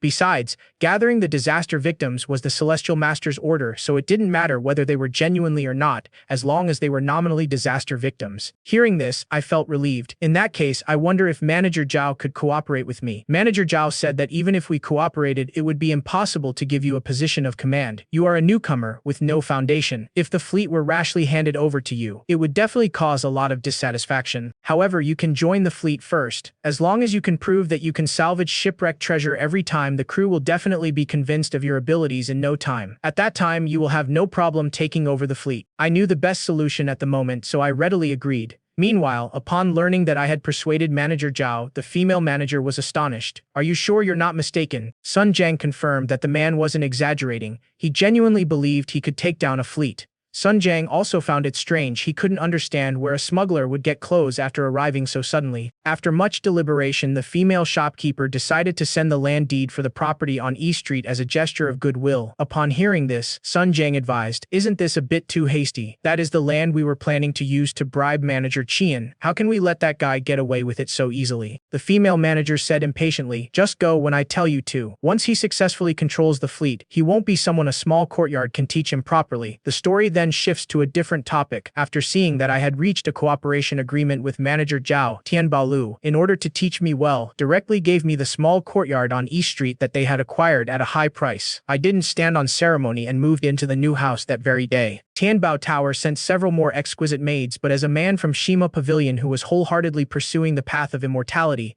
I naturally declined. After that we waited for the fleet to set sail. I thought it wouldn't be long, but unexpectedly a natural disaster struck, a massive typhoon that terrified even the largest island. Fortunately, the guardian immortal master quickly activated the protective array, and the island's inhabitants knelt down in gratitude. I looked with interest at the blue light flowing through the array. The faintly emerging characters looked quite mysterious, and the previously rampant howling sound was now completely blocked by the array. Is this the immortal technique I've been pursuing? Just as I was marveling at it, a colossal bolt of lightning struck down towards the great formation. The shockwave from the impact instantly ripped me to the bottom of the valley, and I couldn't help but spit out a mouthful of old blood. I thought the heavenly lightning had stopped, but when I looked up, I realized it hadn't dissipated and was still striking the island's protective formation. Just as I was waiting for this cycle to end, I saw that although the heavenly lightning was coming with great force, no matter how many times it struck, it couldn't break the formation. How long it lasted, I don't know. As the storm and waves gradually subsided, the lightning began to dissipate. Several more days passed before the storm completely receded. Afterwards, the islanders told me that this was actually a relatively small event. The one that happened 15 years ago was actually a small one. Luli Island once suffered a devastating blow to a giant tree. At that time, the Great Formation was broken, reducing its protective range, and it barely managed to withstand the attack. After that storm, Luli Island was reduced to only 1/3 of its original size, and it has only recovered much of its strength in the last 2 years. As this was my first experience, I finally understood why the islanders feared the typhoon. It truly was the terrifying power of heaven and earth. Afterwards, the Luli mansion distributed spirit talismans to all residents, instructing them to check for any damage to the island's protective array. Each household had to hang the talisman inside their house for several days, observing whether it emitted a red light. The Great Formation has a total of 367,800 nodes. It is necessary to ensure that each node is free of abnormalities. Therefore, all affairs on Luli Island are temporarily suspended, and priority is given to maintaining the island protection formation. Previously, the Immortal Masters were in charge of overseeing the maintenance of the Great Formation, but this time the Spirit Stones needed to maintain its operation were almost exhausted, so the Immortal Masters guarding it had to return to Wangxian Island to retrieve more Spirit Stones. The formation self-check consists of 360 flashes of spirit talismans forming a small cycle, and another 360 small cycles forming a large cycle. As long as a red light appears in a large cycle, it means that the formation is safe. When I learned how massive yet intricate this formation was, I truly couldn't imagine how it was constructed. 5 more days passed in the blink of an eye, and the result, which brought a sigh of relief to all the residents, was that the formation was completely undamaged. With the return of the Guardian Immortal Master, life on Luli Island gradually returned to normal. In the days that followed, refugees from other islands would occasionally come to the island. After all, not all islands could survive natural disasters. Only those islands with special resources would have immortal masters overseeing them. A few surviving refugees from some islands would come to seek refuge. During these past few months, while waiting for the fleet to set sail, I continued to cultivate the Xuanhuang Qingxin mantra, and then I found that it was still useful. The upper limits of my physical and mental spiritual lifespans increased slightly, although not much, but it gave me motivation. Not long after, Manager Zhao finally sent someone to inform us that the fleet was about to set sail. 3 days later, I met the King Yuan, which I was to accompany. As soon as I boarded the ship, I heard the crew complaining. It turned out that the island lord had temporarily set up an assessment task. The fleet with the fewest catches among all the fleets that went to sea would be deemed unqualified and disqualified from going to sea in the future. The reason for this suppression is the southern Coral Island. Their grand formation failed to withstand the typhoon, and the entire island was razed to the ground. Therefore, the task of delivering supplies from Coral Island fell to Lili Island. At this moment, Zhang Haobo, the leader of the fleet, appeared and said, "Look at you all, so pathetic. Why don't you just think ahead? Doesn't he the first place also get a reward?" The share of the winnings was increased from 30 to 50%. The crew member said helplessly, "Boss, stop dreaming. You know our fishing skills. Every time we barely manage to complete the catch, it is going to be the last time our ship goes out to sea." At this moment, Zhang Haobo smiled slightly. "Don't worry. We have people to help us this time. We guarantee we'll return with a full load." After saying that, he pointed to me beside him. I looked at him in surprise. Was he trying to flatter me to death? The update is here. After experiencing the typhoon, I finally got the chance to go out to sea, only to face Captain Zhang Haobo's deliberate provocation. My arrival immediately sparked an argument among the crew who thought I was all clean and tidy, and that an old man like me didn't look like someone with any real ability.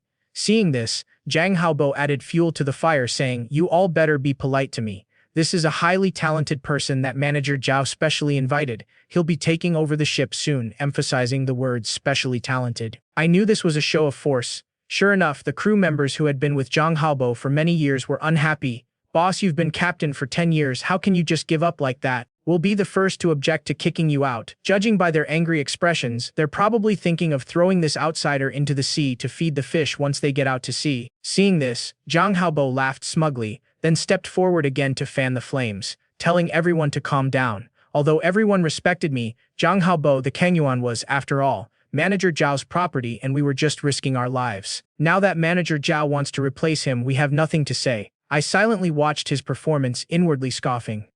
If he wanted to show off after his performance, I'd loudly proclaim, "You all don't trust me. Do you think Manager Zhao misjudged me? Since I promised Steward Zhao that I would find the treasure every time, I certainly wouldn't let everyone down." After hearing me mention Steward Zhao, the crew calmed down. After all, they had all heard about Steward Zhao's strange eyes, and it seemed that they were right. Perhaps this guy really was capable. Seeing that the situation was about to be taken back, Zhang Haobo became unhappy. He pointed at me and shouted angrily, saying that the idea of finding treasure every time was obviously a lie to fool children. He must have used connections to try and steal the captain's position. "Since you're so confident, let's wait and see. We'll see what you're made of." Without another word, he commanded the Kengyuan to set sail. The Kengyuan was similar to the African circle, requiring neither wind nor manpower. It was powered by a small magic array using spirit stones, and its top was equipped with the spirit image that all ships use when setting sail. Only spirit images issued by the Glazed Palace could locate the Glazed Fish School. However, the range of perception is limited, so the crew members come into play. They first locate the approximate location of the fish school and then use their spiritual vision to pinpoint its location. However, 4 years after this storm, many of the glass fish schools have moved to different locations, so it is basically a matter of luck, and the Kengyuan's luck wasn't so good. After sailing for more than half a month, they still hadn't found a trace of the glass fish. The crew and Zhang Haobo began to get anxious. After all, there was a rule that they would be last this time, and with only half a month left before the return voyage, they would be doomed if they didn't make a big catch soon. Having stayed in the room for half a month, I finally came out that day. Zhang Haobo, seeing this, mocked me, saying, "If I hadn't brought you food every day, I would have thought you died in there." Too lazy to waste any more words with him, he simply asked for a small boat, indicating that he had already sensed the treasure. Upon hearing this, Zhang Haobo and his crew exclaimed in surprise, their expressions filled with disbelief. Zhang Haobo in particular thought my brother was joking. I knew seeing was believing, so I told him to hurry up and prepare the small boat. The brilliance of the treasure gradually dimmed. I was about to lose my bearings. Zhang Haobo could tell I didn't seem to be lying. He didn't dare gamble on whether it was true or false, so he told the crew to prepare the boat immediately. After boarding the small boat, I told them not to follow me yet, but to wait until I confirmed my position and gave them a signal. Watching me sail away alone, some crew members worried that I might have run away. Zhang Haobo remained calm. After all, the sea was vast. Where could this small boat possibly go? After waiting for 2 hours, they finally saw the signal flare I had fired. When they sailed up to me, I pointed to the sea below, indicating that the treasure was there. Zhang Haobo immediately ordered his crew to launch nets, and soon they hauled up chests full of gold and silver jewelry. Zhang Haobo counted incredulously 16 boxes in total. He was stunned, speechless. He hadn't expected this guy to actually be capable. He suddenly thought of Manager Zhao's unusually sharp eyes and categorized me and Manager Zhao as the same kind of people. After realizing what had happened, Zhang Haobo was filled with regret. This was a rare and valuable opportunity, and not only had he failed to seize it, but he had also had the audacity to mock others. Now, he realized he was the most ridiculous person ever. After the update, seeing that I could actually find the treasure, Zhang Haobo no longer dared to act recklessly and sincerely apologized to me. I knew he meant no harm, and the matter was dropped. With these dozen or so chests of gold and silver jewelry, the Kengyuan no longer needed to fish on this voyage and turned directly back to Liuli Island. As they approached the dock, Zhang Haobo signaled not to dock yet, and then instructed crew member Liu San to go ashore first to inform Manager Zhao to personally bring people to inventory the treasure. Barring any unforeseen circumstances, their Kengyuan fleet would undoubtedly be the most successful on this voyage,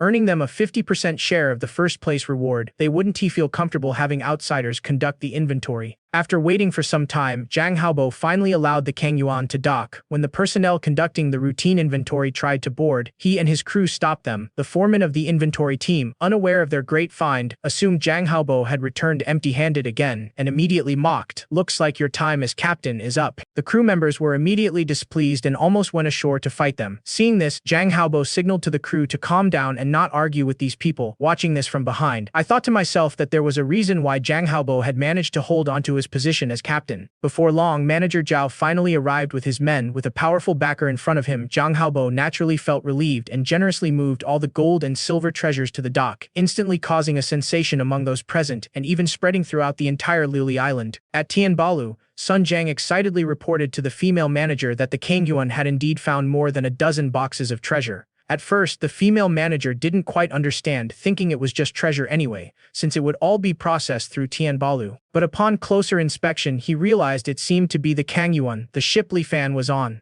He immediately looked shocked. "Are you sure you're not mistaken? It is that, uncle." Sun Jiang confirmed that it was indeed that guy's ship. No wonder he was able to persuade Steward Zhao. He truly has the ability to find the treasure. Speaking of which, his ability is the same as our head manager's. The female manager also realized Li Fan's importance at this moment, so she immediately sent Sun Jiang to contact the other party, arrange a time to meet for a meal, and gifted Li Fan another courtyard called Tinyulu. After Sun Jiang left with the order, the female shopkeeper wondered to herself, could this Li Fan possess a spiritual body? After all, the ability of the spiritual body is to sense rare treasures within a certain range. The elder sister of the head manager of Tianbalu Music Pavilion possesses this body, and it is precisely because of this ability that she has been able to build the Tianbalu Chamber of Commerce, which spans across the Cloud Sea from scratch in the past 10 years. So if that uncle really possesses this physique, its importance is self-evident. Meanwhile, at Steward Zhao's residence, he also praised me, saying I was indeed a capable person, having retrieved 16 chests of treasure on my first voyage. Only I know in my heart where my treasure hunting ability came from. It is all thanks to the treasures that Taiyin had already stored away. I know this won't last long since it will eventually run out, so I humbly told Steward Zhao that the harvest this time was indeed considerable, but I'm afraid we won't have this much in the future. Manager Zhao stroked his beard, indicating that he understood. How could there be so much every time? But this harvest alone is enough for me to operate a separate fleet for you. Then we talked about the purification master position. Manager Zhao learned that I was seeking this spot and wanted to know why. I told him that even if mortals have inexhaustible wealth, they will still turn into dust after 100 years. Only by seeking immortality and attaining longevity can one make the most of their life in this world. Manager Zhao sighed. It is truly admirable that someone your age can still have such a passion for the path of immortality.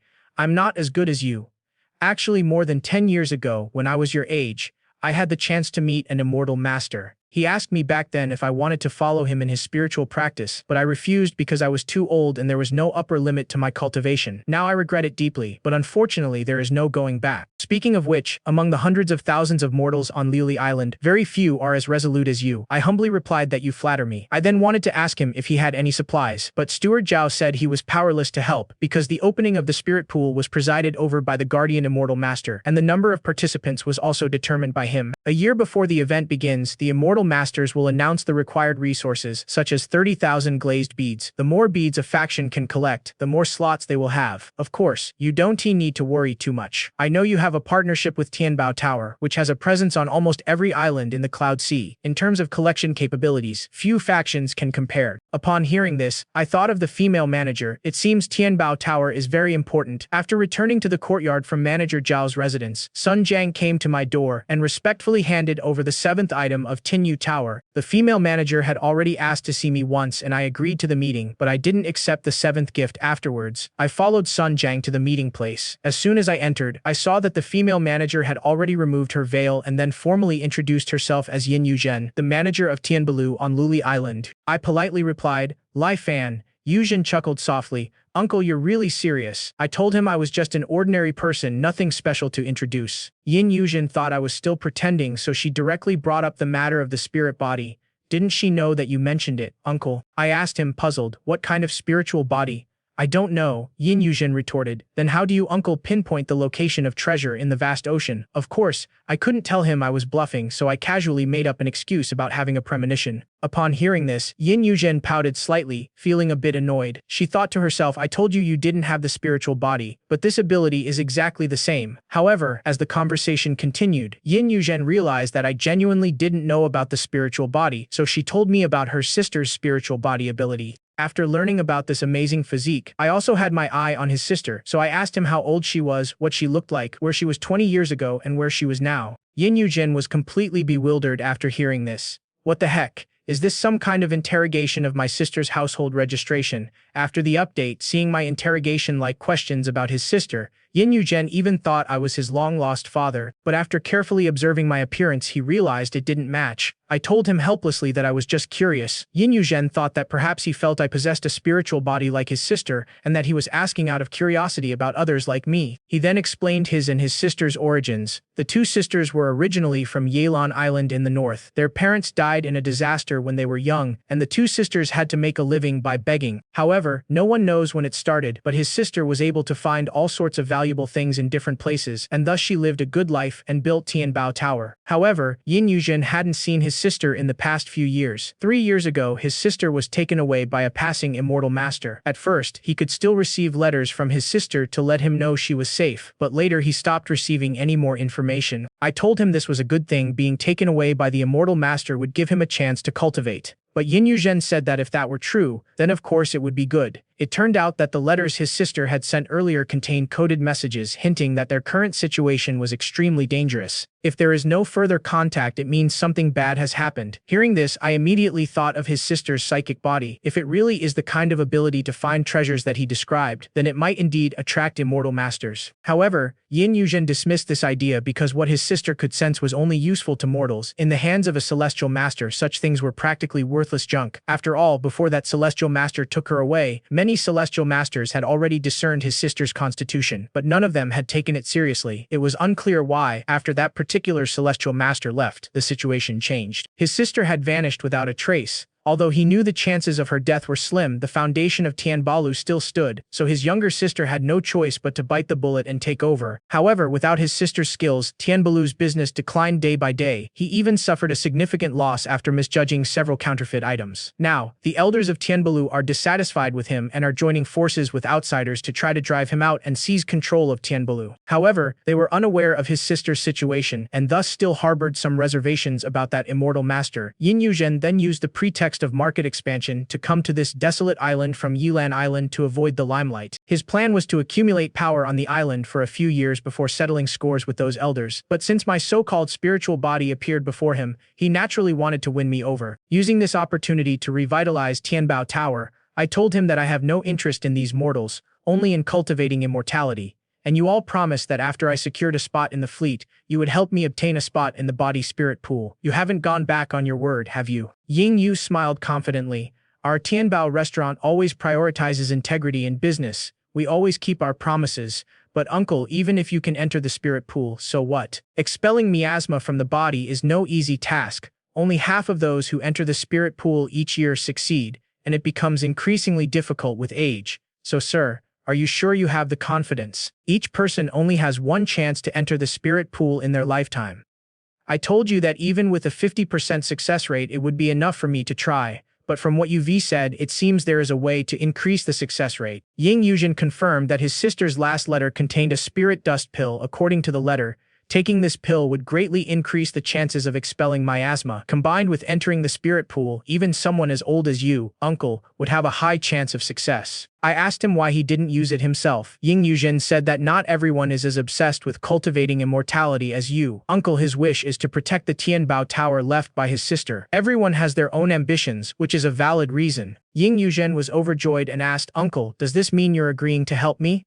I told him to give me 3 days to think about it first. After that, I asked around about the spirit dust pill. Once I confirmed that he wasn't lying, I agreed to Yin Yuzhen's request. Before the spirit pool opened, I needed to help Tianbao Tower collect a certain number of treasures every now and then. The reward would be to have the spirit dust pill given to me after the spirit pool opened. To show her sincerity, Yin Yuzhen gifted me the land deed for Tianyu Tower, and this time with an agreement between us, I accepted it without hesitation. Over the next year, I first completed 3 official voyages for Luli Island, bringing back several chests of treasure each time. This caused a sensation throughout the island and earned me a spot in a fleet, while I also helped the Tianbao Tower fleet acquire considerable wealth. This was almost equal to the total profits of the previous 5 years, so it is fair to say that everyone at Tianbao Tower held me in high esteem. Of course, I didn't give up on cultivating the Xuanhuang Qingxin mantra either. The benefit was that it accelerated the recharging process of Huanzhen. Previously, the charging progress of the ring could only increase naturally over time,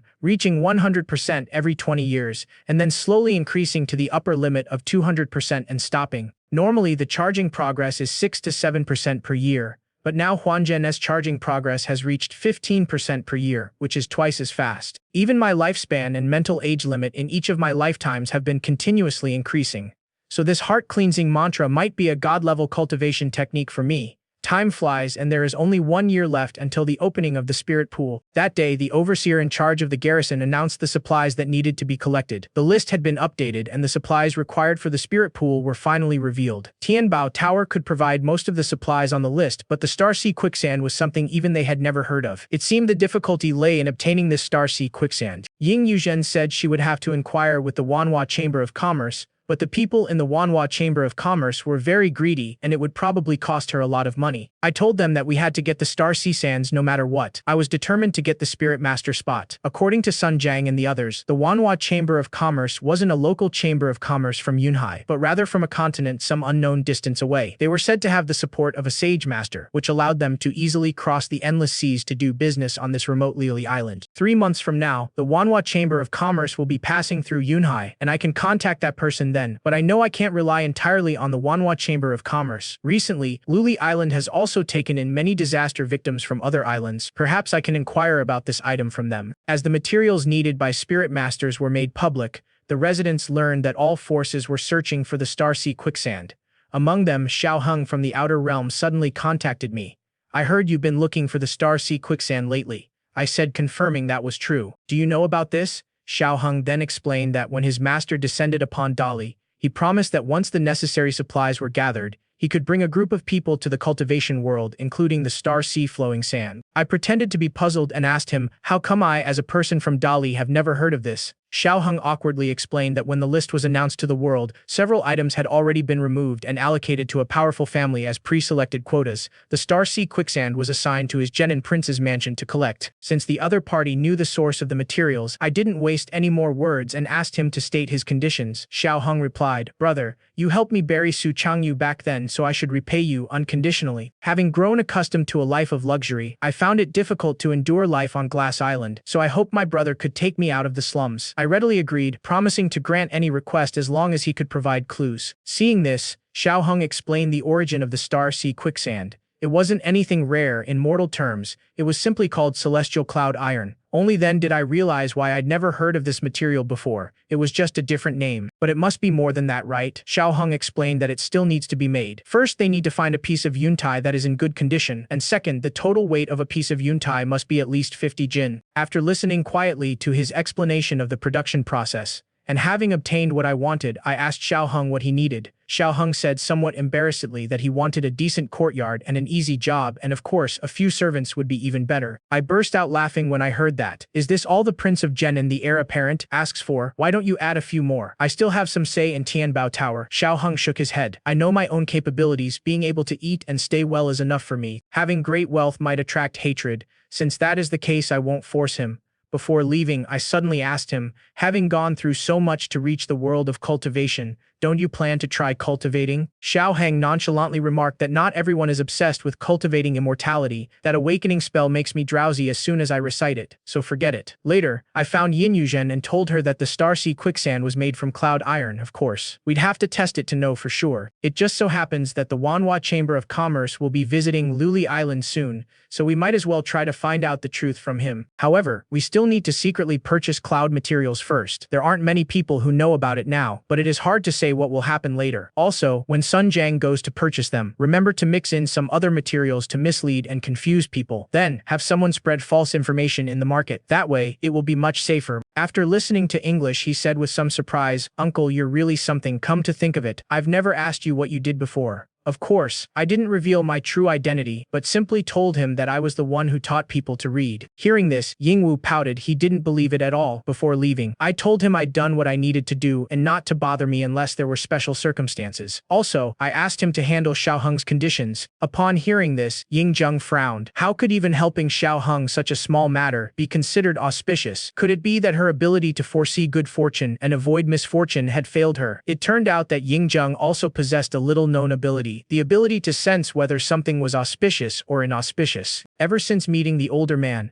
Every task he was given had a definite auspicious outcome. You see, before this, English had never encountered anything so auspicious, which is why he was willing to cooperate with the older man. After English was put into operation, the islanders heard all sorts of false information, such as the Star Sea Sands being a wandering force. Most factions thought it was false information, but some people always thought, what if it is? This led to everyone buying the same things. Suddenly, all sorts of materials sold out, prices skyrocketed, and chaos ensued. Meanwhile, I, the instigator of it all, simply remained quietly practicing the heart-cleansing mantra in the courtyard of Tianbao Tower. 3 months later, I finally got in touch with the traveler from the Manhwa Chamber of Commerce. That day, I followed him on a small boat away from Luli Island, traveling dozens of miles north to the agreed location, where a flying boat was already waiting in the sky. After the update, when I saw the Manhwa Chamber of Commerce's flying boat, I thought I would act like I'd never seen anything like it before, but I have one myself. So naturally, I'm not surprised by these kinds of methods. Not long after, a person disembarked from the airship.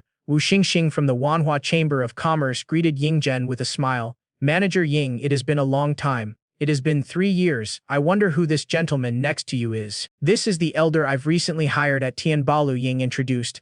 Wu Xingxing then greeted me politely as well. Nice to meet you for the first time. Manager Ying, you'd better hurry up and check your cargo on your ship. It'll probably be hard to see you again. English asked anxiously, what do you mean? Has something happened? Wu Xingxing said he didn't know the specifics either, but it was a notice from headquarters that all Xingxing within Yunhai should cease all business and return to normal. If it weren't for the deal I made with Manager Ying, I'd probably be on my way back right now, so I can't delay any longer. Hearing this, Ying was genuinely worried about Tianbalu's future, because Tianbalu was thriving on Luli Island precisely because it was backed by the Manhwa Chamber of Commerce. Now that the Manhwa Chamber of Commerce is withdrawing from Yunhai, Tianbalu's business will be difficult. And why is there no reaction from those who seek good fortune and avoid misfortune? Seeing that Yingwu was still lost in thought, Wu Xingxing urged him on. After regaining my composure, I suggested that we go and see for ourselves now, and as for the future, we could only take it one step at a time. Once inside the cabin, I introduced the goods we were trading to Wu Xingxing. They were filled with various precious items such as luminous pearls, jade discs, and coral. Finally, they led Wu Xing to 3 pieces of cloud iron, explaining that they were 3 pieces of star sea quicksand. This was to use his eyes to see if they were genuine. Upon hearing that it was starry sea quicksand, Wu Xingzu excitedly picked it up to examine it. I was quite surprised to see how easily he lifted it. After all, even the lightest piece of yuntai weighs several tens of kilograms. Not long after, Wu Xingzu smiled and put the yuntai down. Shopkeeper Yin is so lucky he actually managed to collect such a fine item as starry sea quicksand. Upon hearing this, Yin Yu and I exchanged a knowing smile. The plan had succeeded. It seemed the star sea quicksand really was cloud iron, and Xiao Feng hadn't lied. Wu Xing was very satisfied with the goods provided by Tianbao Tower this time. Since he didn't know if he would have another chance to meet us, he invited us to board the flying boat. Upon arriving, they were greeted by a vast collection of treasures. Wu Xing said, "Don't be shy. These were all acquired from Yunhai Pavilion. If either of you takes a fancy to any of them, you are welcome to purchase them." Since these were all ordinary treasures, I didn't dare go in, but Yin Yu, who was standing to the side, had his eyes shining. He wanted to use his sniping skills to find some good treasures, so I stayed with him and looked at this pile of ordinary treasures. At first I didn't care at all, but when I picked up a deep blue bead, I was shocked to find that it was the rare treasure of the heavens and earth, the Kanghai Pearl, which could charge and absorb the metal element. I never expected to have such good luck just by picking it up casually,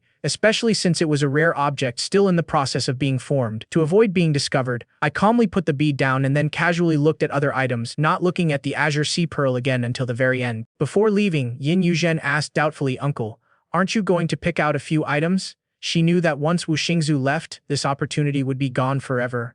Wu Xingzu smiled and agreed. "Shopkeeper, Yin is right. How can one enter a treasure mountain and leave empty-handed? Wouldn't that be disrespectful to me, Wu? Let's go pick some more." This suited me perfectly, so I seized the opportunity to acquire the Kankai Pearl and also selected an ancient book and jade statue, making sure Wu Xing didn't notice anything amiss. Wu Xing indeed didn't notice anything wrong with the Kankai Pearl. Instead, he proudly began introducing the jade statue. This bead is a treasure that has been worshipped by a primitive tribe for thousands of years. It is said to have the effects of calming the mind, focusing the spirit, and strengthening the body. Seeing that he didn't seem to recognize its value, I asked him about the bead out of curiosity. Wu Xing said nonchalantly, "This is worthless. I just bought it from a fisherman on Luyun Island. Hearing this, I became interested in Luyun Island. After all, it was a place that could nurture wonders of nature. And so, our transaction with Wuxing continued until evening. The Manhwa Chamber of Commerce acquired a large quantity of treasures, while Yin Yuzhen received a large amount of gold and silver. On the way back by boat, Yin Yuzhen showed no sign of joy. I knew he was worried about Tianbalu's future. After all. Without the Manhwa Chamber of Commerce, they would lose an important sales channel. I told him, there is always a way out, so don't worry too much. Back at Tinyu Tower that night, I took out the Kanghai Pearl to examine it. I never expected such a simple transaction to yield such a reward. I just don't know what is so special about this thing. It is called the Ocean Pearl. Could it contain an entire ocean? Just then, there was a knock at the door, but who could it be in the middle of the night? I drew my dagger and asked warily, who is it? It is updated. As I was checking out the unexpectedly acquired Azure Sea Pearl, a rapid knocking suddenly sounded at the door. I warily drew my dagger and asked who was outside. As the person outside responded, I realized it was Xiao Heng. I opened the door and asked him what was going on. Xiao Heng said very anxiously that something terrible had happened. It turned out that their smuggling operation had been exposed, and now everyone on the island knew that they were not native residents but had been smuggled in with the help of Tianbao Tower. It is said the Celestial Master is furious and wants to arrest and execute them. After clarifying the whole situation, I told Xiao Heng not to panic. There is nothing to worry about. If the Celestial Master really wanted to kill us, why would he give you the chance to tip us off? In my opinion, is this aimed at us? The person behind this is clearly targeting Tianbao Tower. Afterwards, I rushed to Tianbao Tower, and Yin Yuzhen naturally received this bad news as well. He also discovered that the people behind it were the major powers on the island. The reason was that the news of the fake Xinhai Luxie materials had been revealed. In order to retaliate, the major powers exposed the Tianbalu smuggling incident, obviously in order to make us hand over some Xinhai Luxie. After all, we had collected a lot of cloud iron in advance. I told Yin Yuzhen that since they wanted it, we should just give them some and let them fight amongst themselves. And so, 3 days later, Tianbao Tower met with the major powers and agreed to hand over a portion of the new sea-flowing sand, but they needed to exchange it for resources of equal value. As for how to allocate the slots, let them decide for themselves. The important thing is to ensure Tianbao Tower has at least one temporary spot. This isn't a strict requirement. So, after a brief discussion, all the major factions agreed to a settlement. Tianbao Tower thus extricated itself from the vortex. On the very same day, the rumors about smuggling vanished without a trace. Time flew by, and finally the day arrived to open the spirit pool. Yin Yuzhen kept her promise and handed me the lichen pill. After taking it, I went with the other 13 people to a magic array. Apart from me, they were all teenagers, which was quite unique. As the magic array activated, we were teleported to a deep mountain surrounded by towering peaks that seemed to stretch endlessly. We then climbed the stone steps upwards, without resting for a full 2 hours. These teenagers were in excellent physical condition, not even breaking a sweat, but for an old man like me, it was really hard to keep up, and I could barely manage to keep up. Fortunately, we finally made it to the top of the mountain without any major incidents. There was only a small open space there, almost too small for all of us to fit in. Just as we were wondering what to do next, a man suddenly appeared behind us.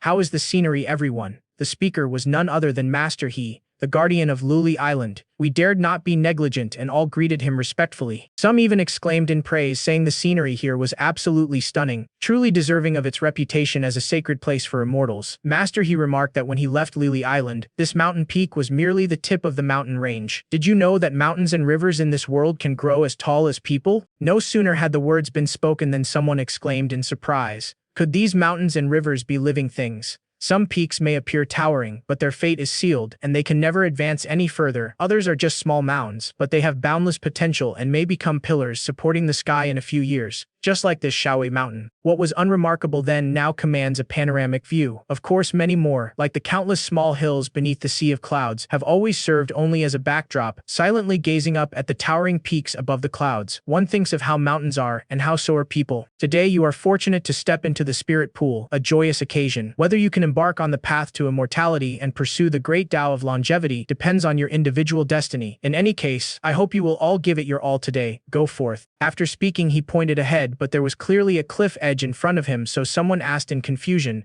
"How do we get there?" Master He said that they hadn't misheard, it was right in front of them. Upon hearing this, everyone was shocked. Is the Immortal Master joking? The question had barely left his lips when Immortal Master He sighed and flicked 2 fingers of his left hand. The next second, the questioner's head was severed. These teenagers had never witnessed such a scene before and were instantly terrified, breaking out in a cold sweat. Only I, accustomed to such sights, remained unmoved. The youths quickly knelt down to beg for their lives. Master, he then said coldly, I am giving you a lesson on the path of cultivation. Perspective is extremely important. Be as clear as possible about what should and shouldn't be said, lest you blame me for not reminding you after you die. Unlike them, I calmly bowed and thanked them, saying I had learned a lot. Then without further ado, I walked straight towards the edge of the cliff. Upon entering the updated area, facing the sheer drop of 10,000 feet that He Jungao had pointed to, I was the first to step out without hesitation. The imagined fall didn't happen. It was as if I were walking on flat land. He Jungao, standing beside me, felt a little regretful. Although his temperament was excellent, he was indeed getting a bit too old. After walking a few steps, I was transported to the spirit pool by a magical arrangement. He Jungao announced that he had already entered the spirit pool, and those who entered first would receive a larger share of the spiritual liquid. Go quickly, he said, and the youths, naturally no longer daring to be presumptuous, respectfully agreed. On the other side, I was transported into a cloud, and the surrounding white clouds kept gathering towards me, instantly transforming into white spiritual liquid. Being in it, I did not feel suffocated but rather felt incredibly warm and comfortable like a fetus in the womb. Just as I relaxed, things suddenly changed. The warmth turned into scorching heat, and then into burning heat, fiercely scorching me. The magma, like heat, was wreaking havoc inside me, tearing at every nerve. This pain was unbearable for most people. Just as I was subconsciously trying to recall the echoing words, I thought of all the repetition over the past few hundred years. Wasn't it all for this moment, no matter what? I couldn't give up. So relying on my unwavering determination to cultivate immortality, I endured this excruciating pain. Even as my consciousness began to fade, my stubbornness kept resonating. At that moment, instinct completely replaced my ego, and it was then that the Xuanhuang Qingxin mantra began to run. My consciousness seemed to have a backbone, and it began to recoagulate and grow stronger. Although still in a state of ignorance, they remained steadfast like rocks on the beach, unyielding to the wind and waves. 3 days passed in the blink of an eye, and the remaining 11 emerged, with 4 succeeding and 7 failing. I am the only one left in the spirit pool. Logically speaking, as mortals grow older over the years, the barrier between immortals and mortals becomes increasingly inseparable from their flesh and blood. Spirit masters would then expel the miasma by completely destroying the physical body and then reshape it. This kind of pain is something few can endure. But today, He Jungao witnessed an extraordinary person. He never expected this kid to be so determined. It was simply astonishing. If he could truly succeed in entering the body, he might even reach the golden core stage. 3 more days passed. If He Jungao couldn't sense any life force, he would have rushed in to see what had happened to Li Fan. Yet another 3 days passed. From initial shock to numbness, if this spirit master technique hadn't been created by the Eastern Celestial Venerable of the Myriad Immortals Alliance, he would have suspected it had malfunctioned. Is it really possible for someone to stay there for that long? Besides, we're running out of materials to maintain the spirit master's array. If we fail because the array stops working, then it is just bad luck for Li Fan, and it has nothing to do with me, He Jungao. But upon closer reflection, this guy has always been so determined. If he succeeds, he'll definitely amount to something fine. I'll take a gamble. He Jungao sighed, then took out the last document he'd secretly kept. You better not disappoint me, kid. 2 more days passed in the blink of an eye, and I walked out of the spirit pool with a smile. He Jungao also smiled and congratulated me. Congratulations, young friend. From now on, you have a chance to achieve immortality. I looked at him in confusion. Why was he being so polite and enthusiastic to me? He Jungao explained helplessly. Young friend, you don't know, you stayed inside for a full 11 days. If I hadn't gone to great lengths to provide you with array materials, it would probably have ended in failure long ago. I was shocked when I heard this. It had been so long. I quickly checked my personal panel and found that my lifespan had increased to the maximum of 120 years, and my mental age had also increased to 2053. This increase was almost double. What surprised me even more was that the Xuanhuang Qingxin mantra had actually turned into the Xuanhuang Lianxin mantra. However, now was not the time to examine it closely. I would study it again when I got back. So I closed the panel, thanked He Jungao for his help, and promised to repay him handsomely in the future. This was exactly what He Jungao wanted. He then explained that after removing the miasma, one begins to sense the spiritual energy of heaven and earth and draw it into the body. As long as one can condense a trace of spiritual energy within the body, it means entering the Qi refining stage. This book, Martial Spirit Qi Cultivation Method, is a summary of the experiences of our predecessors. Take it back and study it carefully. Also, you must carry the departure talisman with you until you successfully cultivate Qi, because you still need to live in the mortal world. If you spend too much time in contact with mortals every day, you will inevitably be contaminated by miasma again. This talisman is for isolating you, but it can only last for 5 years. Once you break through to the Qi refining stage, you can come to the island to find me. At that time, I will lead you to the Myriad Immortals Alliance's base on Myriad Immortals Island in the Cloud Sea. After explaining some precautions, He Jungao sent me away. This mountain, once home to a scholar who had passed the imperial examinations, has since been relocated. It turns out that the cultivation method he Zhenggao practiced was the mountain sitting technique, whose most distinctive feature was the ability to sit on the mountain and reap the benefits. After choosing a mountain peak and sitting on it to practice cultivation techniques for several years, one can merge one's own energy with that of the mountain. Afterward, for every additional degree the mountain rises, one's cultivation level will receive a corresponding boost. Besides benefiting from the mountains, he can also gain advantages from helping others. For example, if Lifan breaks through to the qi refining stage after helping him this time, he will receive a reward in the dark, increasing his cultivation level. The amount of effort one puts in determines the extent of one's future gains. Therefore, He Zhenggao never hesitates to lend a helping hand to any promising juniors he encounters. On the other hand, without alerting anyone, I returned to Tinyu Tower alone and immediately sat down to practice the Xuanhuang Refining Heart Mantra. I realized the difference between the two after practicing this. It takes me half an hour to calm down with the mind-cleansing mantra, but with the mind-refining mantra, I felt my mind become clear and pure as soon as I started practicing it, and my spirit was constantly increasing. After stopping, I started to ponder why the heart-cleansing mantra turned into the heart-refining mantra on me. If immortal techniques cannot be practiced simultaneously, then is my heart-refining mantra considered a cultivation method? I was just one step away from becoming a cultivator, and having also obtained the miraculous Xuanhuang heart-refining mantra,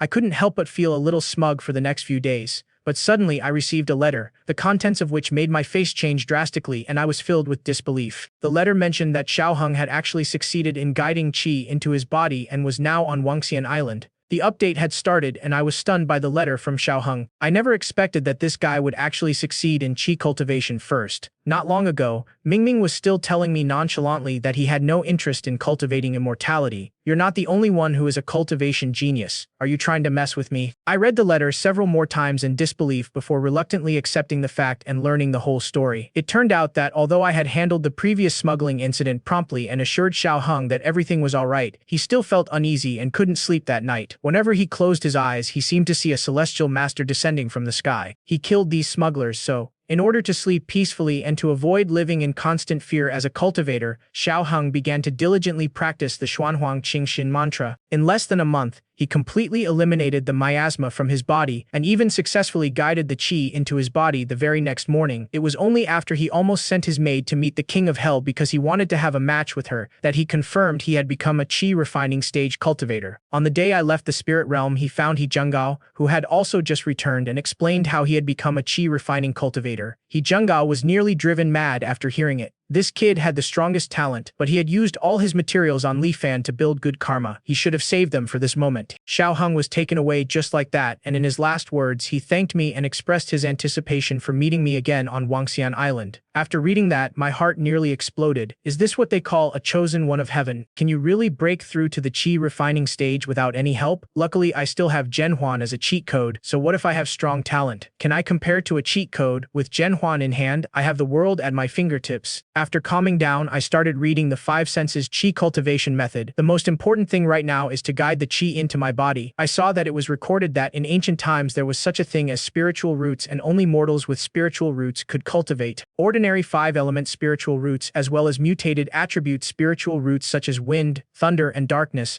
are gifts from heaven. Only the lucky ones favored by heaven can feel the laws of heaven and earth and have the qualifications to attain immortality. But there are so many mortals in the world and only a few possess spiritual roots. The vast majority of people can only dream of immortality, which is so unfair. In the face of this situation, a celestial being came out to teach the way to immortality. I wish to become an immortal. Why should I seek it from heaven? If heaven does not grant it to me, I will take it myself. To follow heaven is to be mortal. To defy heaven is to become an immortal. I will defy the power of heaven and earth to prove my immortality. After reading the introductory text, I was quite surprised. The methods of cultivating immortality in this world seemed completely different from what I had imagined. No wonder I've had this strange feeling ever since I came into contact with cultivators. It seems that the heavenly Tao of this world harbors great malice towards cultivators. Whether it is the inability to cultivate immortal techniques together, the bizarre death scenes where a cultivator's death illuminates thousands of miles like a broadcast, or the highly lethal immortal reversal miasma within mortals, all these things hint at this. Is it a way to defy the heavens and attain immortality. The following content is about the qi sensing method. If the miasma is successfully dispelled and mortals cannot draw qi into their bodies, they can nurture their own martial spirit, forcibly absorb the spiritual energy of heaven and earth, and then refine and break through to the qi refining stage. Martial spirit is an emotion inherent in humans: greed, fear, rage, hatred, and egocentrism. These emotions lie dormant within the human heart, inexhaustible and ever-flowing. Sensing qi involves using this martial spirit as fuel to cultivate the root of heaven and earth in the dantian. Once formed, it allows one to forcibly absorb the spiritual energy of heaven and earth for one's own use. Those with exceptional talent can be trained in a day and a night, while those with no talent can, through daily practice, develop their own unique strength within a maximum of 10 years. 3 years passed in the blink of an eye, and I still hadn't succeeded in inducing qi. This qi sensing method requires 5 emotions, but I found it difficult to accumulate them through my practice of the heart mantra. That day, having been cooped up at home for too long, I decided to go out for a walk. Not long after, someone called out to me, "Old Li Jiang, it has been a long time." It is Jiang Haobo, an old acquaintance. I asked him how he'd been doing these past few years. Jiang Haobo smiled and said, "Thanks to you, the fleet has been doing really well these past few years, especially with your senior sister who has been attracting a lot of young people to join. Our salaries and status have risen accordingly. But to be honest, I'm planning to leave Luli Island with my brothers recently." I looked at him with a puzzled expression. "If life is good, why leave?" Jiang Haobo said helplessly. "The main problem is that we've been encountering strange things at sea lately. Every time we go down, we encounter fish from the heavenly realm, and all kinds of fish at that, as if the entire seabed is fleeing. Also, we've noticed that there are more exposed reefs around the island. While water level fluctuations have occurred in the past, this year's changes are clearly abnormal, and most importantly, there haven't been any typhoons in Yunhai in the past 3 years." I asked him if it was possible that the storms had only temporarily stopped, but Jiang Haobo stated that since he was born, typhoons have never ceased for any period of time. Even in the least busy year, there are at least a few such events. So all the signs indicate that something is amiss. My brothers and I suspected that something big was about to happen. I told Jiang Haobo that the island was protected by a powerful formation and a celestial master, so even if you were to leave your homeland, nothing unusual should happen. Jiang Haobo thought about it and realized it made sense. Then my brothers and I will consider it some more. And so this interlude passed. Another year passed, and Yin Yuzhen finally gathered enough power to return to Yelan Island in triumph, reclaiming his position as the head manager of Tianbolu. Because he had just been captured and needed to personally oversee things for the next few years, he sent someone to deliver a letter to me to report the good news. At the same time, Xiao Heng also frequently sent me letters to inquire about my recent situation, but I only felt jealous of him because this guy had already reached the mid-stage of qi refining, while Jiang Haobo ultimately couldn't stay and chose to leave Tongyinhai with some of his brothers. I continued my disciplined cultivation. That day, a wisp of spiritual energy from heaven and earth flowed slowly into my dantian along the root of heaven and earth, quickly spreading throughout my body. In the 7th year of cultivating the heavenly sword, I finally entered the qi refining stage. The update is here. At this moment, I have finally successfully guided my qi and entered the qi refining stage. Instantly, I felt the spiritual energy surging and circulating within my body, and it began to improve my aged body. In just a short while, the wrinkles on my face disappeared and my skin became smooth. Not only did my body return to its youthful state, but I can now also manipulate the spiritual energy of heaven and earth to transform into various shapes. Upon opening the panel, it was discovered that lifespan had increased to 199 years,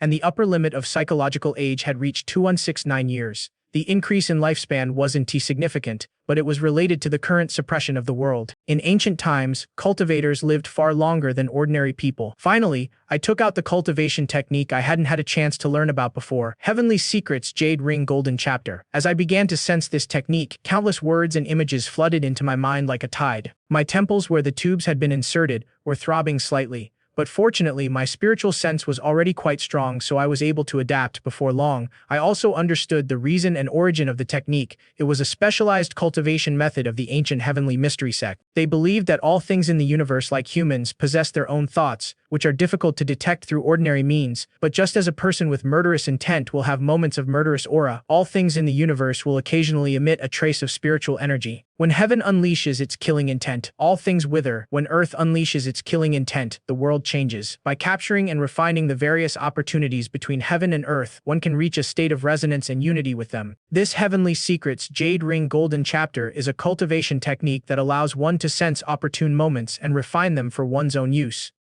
Upon mastery, one can not only use the killing intent of heaven and earth to harm others, but also deduce and predict the future through opportune moments. The will of heaven and earth is so vast that even borrowing just a trace of it would be incredibly powerful. Clearly, this technique is extremely powerful, but at the same time, it is also very dangerous to cultivate. Making rash contact with the opportunities of heaven and earth could easily harm oneself. According to the records above, if one can cultivate qi to the highest level, one can unite with heaven and earth and transform into the Tao. It is just a pity that the heavenly mystery sect has been passed down for 10,000 years. The highest level of cultivation within the sect is only the nascent soul stage. Fortunately, I possess the limitless potential of the Ring of Truth, so I don't need to worry too much about the risks associated with cultivation techniques. However, the choice of cultivation method must be made carefully. For now, I should go and check out 10,000 Immortals Island. Afterwards, I went to He Zhenggao's residence. As soon as we met, He Zhenggao spoke first, saying, "I noticed a movement in the spiritual energy on the island just now, and I knew it was you who went to practice. Although it was a 10-to-9 ratio, it was still a success. You came to see me because you want to go to Wangxian Island, right?"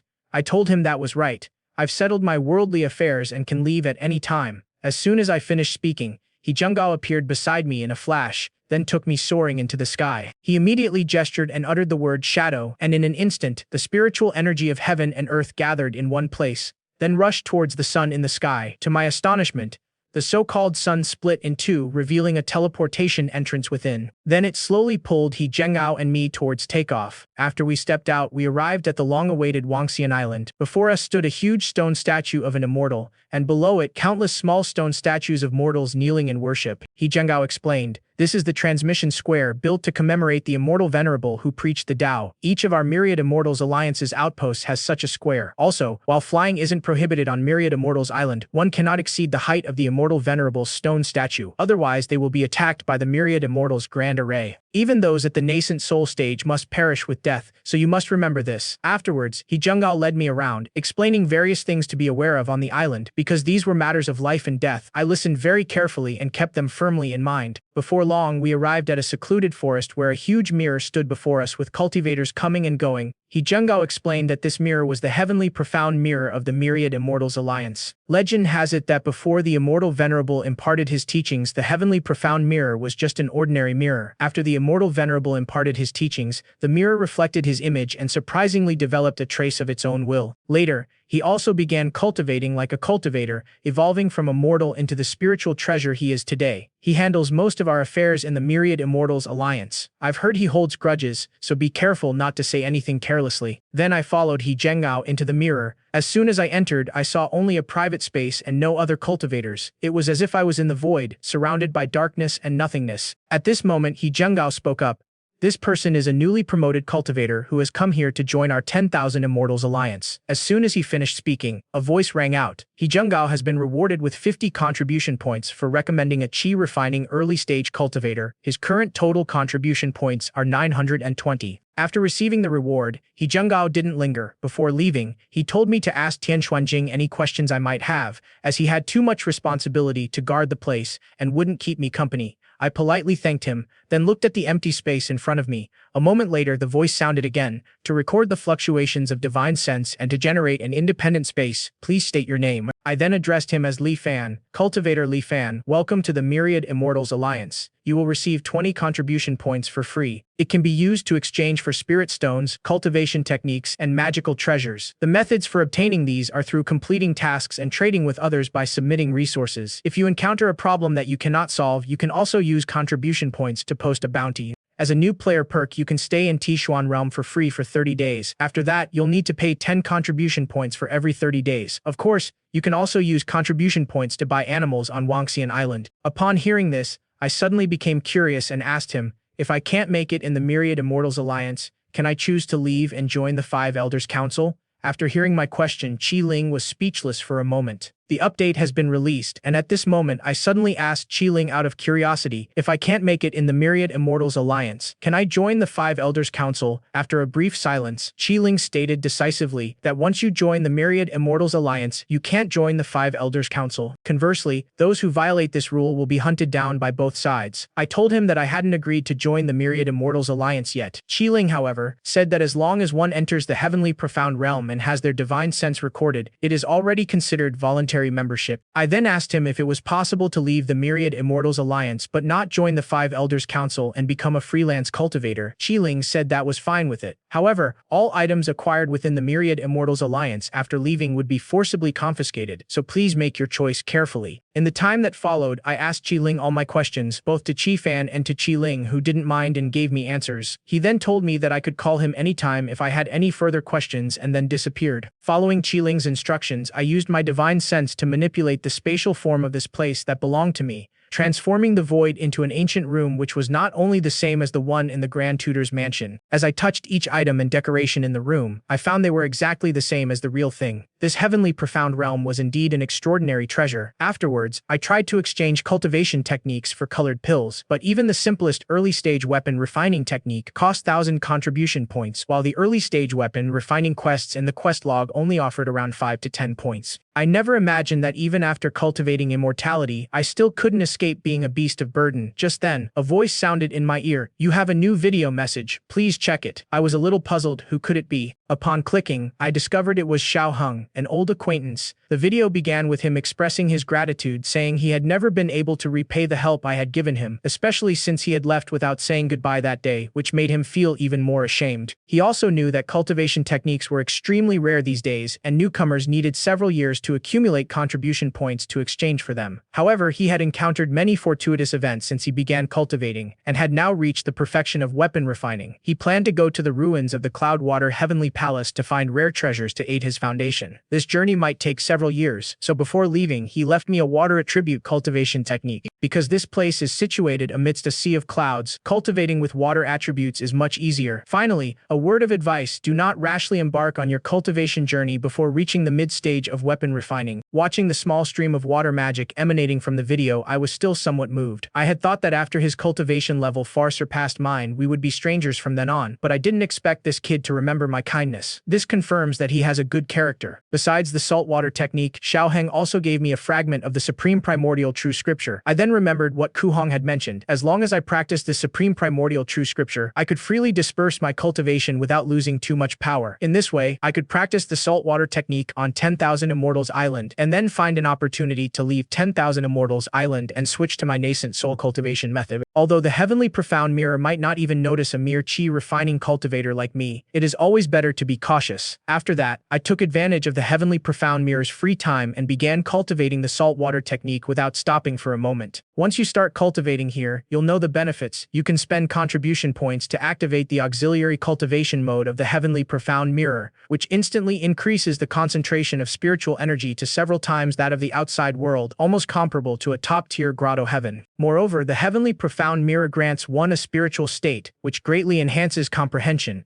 making cultivation techniques much easier. This pay-to-win mentality almost gave me the illusion of committing suicide as a genius. Cultivation became an enjoyment, and I was completely immersed in it. However, once the time allotted for spending money was up, I was back to square one after all. Compared to the support mode, my own cultivation speed was more than 30 times slower. This sense of loss made me want to spend another 10 contribution points for another day, but seeing that I only had 10 points left, I finally stopped. However, this made me realize even more how precious the Heavenly Profound Mirror is. Such a treasure should rightfully belong to me, but I still need to plan for the long term. At least for now, I'm not qualified to covet it. I need to earn some contribution points first. But after losing that cheat-level auxiliary cultivation mode, I always feel itchy inside. No wonder the 10,000 Immortals Alliance allowed the Heavenly Profound Mirror to open this function. Anyone who has experienced it should be addicted. Moreover, given that cultivation takes time, accumulating contribution points to unlock assisted cultivation progresses much faster than cultivating alone. The Myriad Immortals Alliance truly has its cultivators firmly under its control. However, it is impossible for me to spend time doing tasks. I can take the exchange route. Presumably, my fragment of the rare artifact will yield a considerable amount of contribution points. Anyway, once I get it, the fragment will eventually return to me, and my cultivation level will remain unchanged. However, I need to accept a mission to leave the island since my things are still stored in Tianzhou. Every place on Wangxian Island is under surveillance, so it is impossible to retrieve them on the island itself. Although I do possess it, I still need to operate it with my consciousness. If a powerful being were to intervene and freeze my consciousness, preventing me from thinking, it would be troublesome. In any case, acting cautiously is my first principle. Just then, I found a familiar quest address in the quest menu. It was a quest about Glass Island, a commission issued by the Alchemy Room, recruiting people to retrieve at at least 20 glass beads from Glass Island, with the reward depending on the quality and quantity of the glass beads. This couldn't be more perfect for me, so after accepting the mission, I spent 5 contribution points to buy a storage ring to cover my eyes, and then spent 1 contribution point to activate the teleportation array and return to Luli Island. Upon arriving at the Glazed Palace, I immediately instructed Steward Qian to bring out as many glazed beads as possible. A short while later, Steward Qian returned respectfully carrying a bag of glazed beads.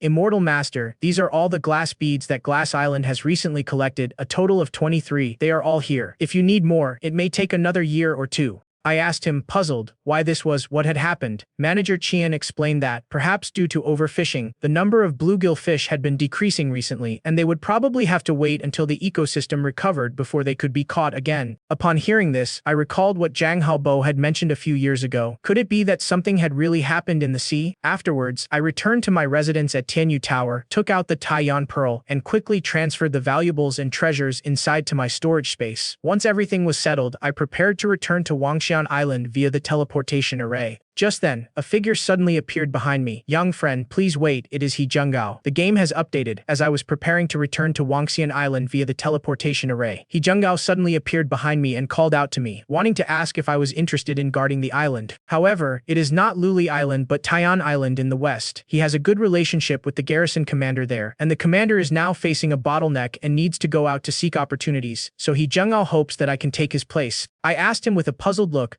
the Guardian Immortal Master must be at least at the Foundation establishment stage, but I'm only at the early Qi refining stage. How can I take over? He Zhenggao explained. Naturally, I'm not giving you the Guardian position. My friend has just issued a commission for you to temporarily take over. Taiyan Island isn't a large island, and with its protective array, it is sufficient for those at the Qi refining stage.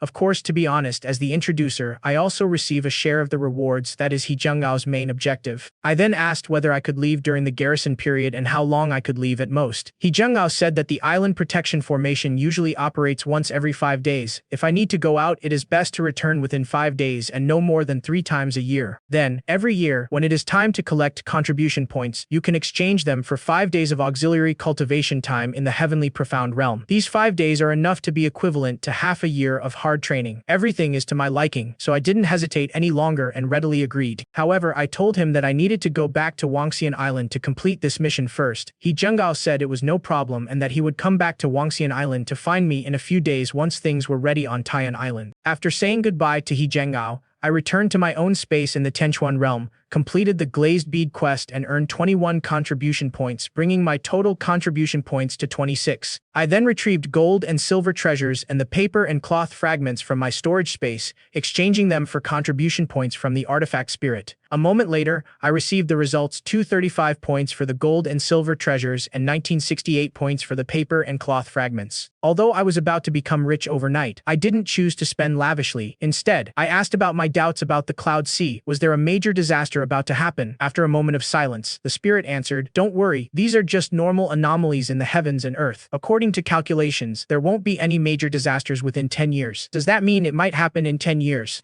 However, I doubted they would explain it so clearly, so I suppressed my curiosity and instead asked about the glazed pill. The spirit then created an image of the glazed pill and explained that it was an auxiliary pill. It is suitable for cultivators from Qi refining to foundation establishment. After consumption, it can provide effects similar to Qi spirits and can be used in conjunction with auxiliary cultivation methods, making it highly sought after by both Qi refining and foundation establishment cultivators. The value of a single pill fluctuates between 5 and 6 contribution points, which reminded me of the reply steward Qian gave me when I was collecting glass beads for the glass elixir. Now that glass fish are almost extinct, the price of the glass elixir is bound to rise sharply, so I spent 2,100 contribution points to hoard 350 glazed pills. After successfully purchasing them, I told Qiling about the fact that the glazed fish had almost disappeared for some reason. Qiling only gave me a small contribution point as a reward for providing important intelligence after verifying the information.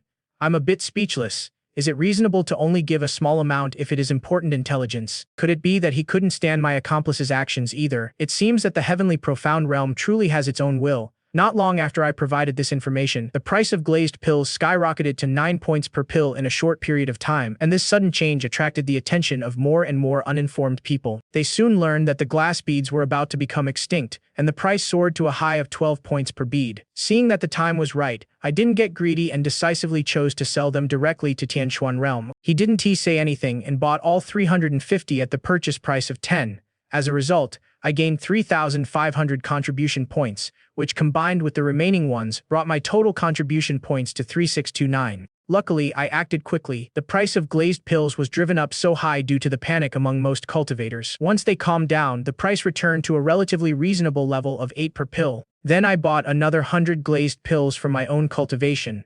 In this way, I not only earned 600 contribution points but also got 100 glazed pills for free. After that, I bought all the basic books on stone carving, such as formations, alchemy, weapon crafting, treasures, and illustrations, as well as items like protective robes, chi guiding talismans, magic arrays, and alchemy furnaces. I finally stopped when I had 346 contribution points remaining. After that, I started taking glazed pills and activating the auxiliary cultivation mode, beginning my cultivation of the lesser flame water technique. At that moment, I once again experienced what it meant to have a genius-level cultivation speed. 5 days passed in the blink of an eye, and with the help of spending money on in-game purchases, I successfully broke through to the mid-stage of chi refining. If He Zhenggao hadn't come to visit, I probably would have continued cultivating. Before letting him in, I used a chi guiding talisman to conceal my true cultivation level. It is always best to be cautious. He Zhenggao indicated that the garrison on Taiyan Island was fully prepared.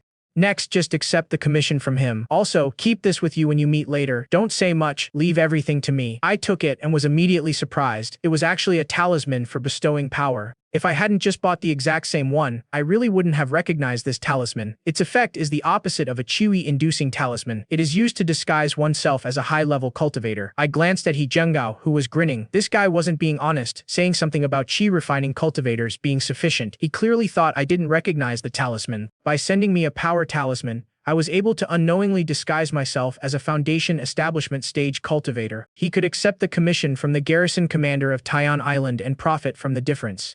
Clearly, He Zhenggao was quite cunning, and given that his cultivation level was higher than mine, I immediately classified him as someone I shouldn't get too close to. Although I knew this, I naturally dared not expose it. I obediently put on the talisman and then invited Zhou Qingyang, the garrison commander of Taiyan Island, who was waiting outside. Sure enough, as soon as he entered, he sized me up, and seeing that I met the requirements, he immediately issued a commission to He Zhenggao. After receiving the assignment, He Zhenggao gave me another new commission. Although I don't know how much He Zhenggao secretly pocketed, I can accept that I still have 800 points left over each year. Finally, after giving the Taiyan Island garrison token to He Zhenggao, Zhou Qingyang went out immediately. He Zhenggao then handed the token to me and told me how to throw it into the island's protective formation. After giving my instructions, I followed He Zhenggao to Taiyan Island. Although this island didn't seem as prosperous as Luli Island, I didn't mind. However, when I saw the faces of the island's inhabitants, my expression changed because their true appearances resembled those of mummified corpses. After the update, I arrived at Taiyan Island and was shocked by what I saw. The so-called inhabitants of the island were actually Taiyan fruits, a local specialty. All along the way, I saw human figures that had been transformed from these Taiyan fruits. He Zhenggao explained that they lived just like real people, working, marrying, having children, and living their lives in this city that evolved from a town. The effect of the Taiyan fruit, once ripe, is that consuming it can increase the lifespan of cultivators at the Foundation Establishment stage and below by 5 years. Of course, each person is only effective after taking it once. According to regulations, 30 pills must be handed over to the Alliance each year, and any extras can be kept by the Guardian cultivators as a benefit for the Guardian clan. It works out to about 2 Taiyan fruits a year, each worth 90 to 100 contribution points. So, young friend, don't underestimate the reward for acting as the town's guardian. I outwardly thanked him, but inwardly I was speechless. That is what he said, but he clearly skimped on the pay. He Zhenggao laughed and said,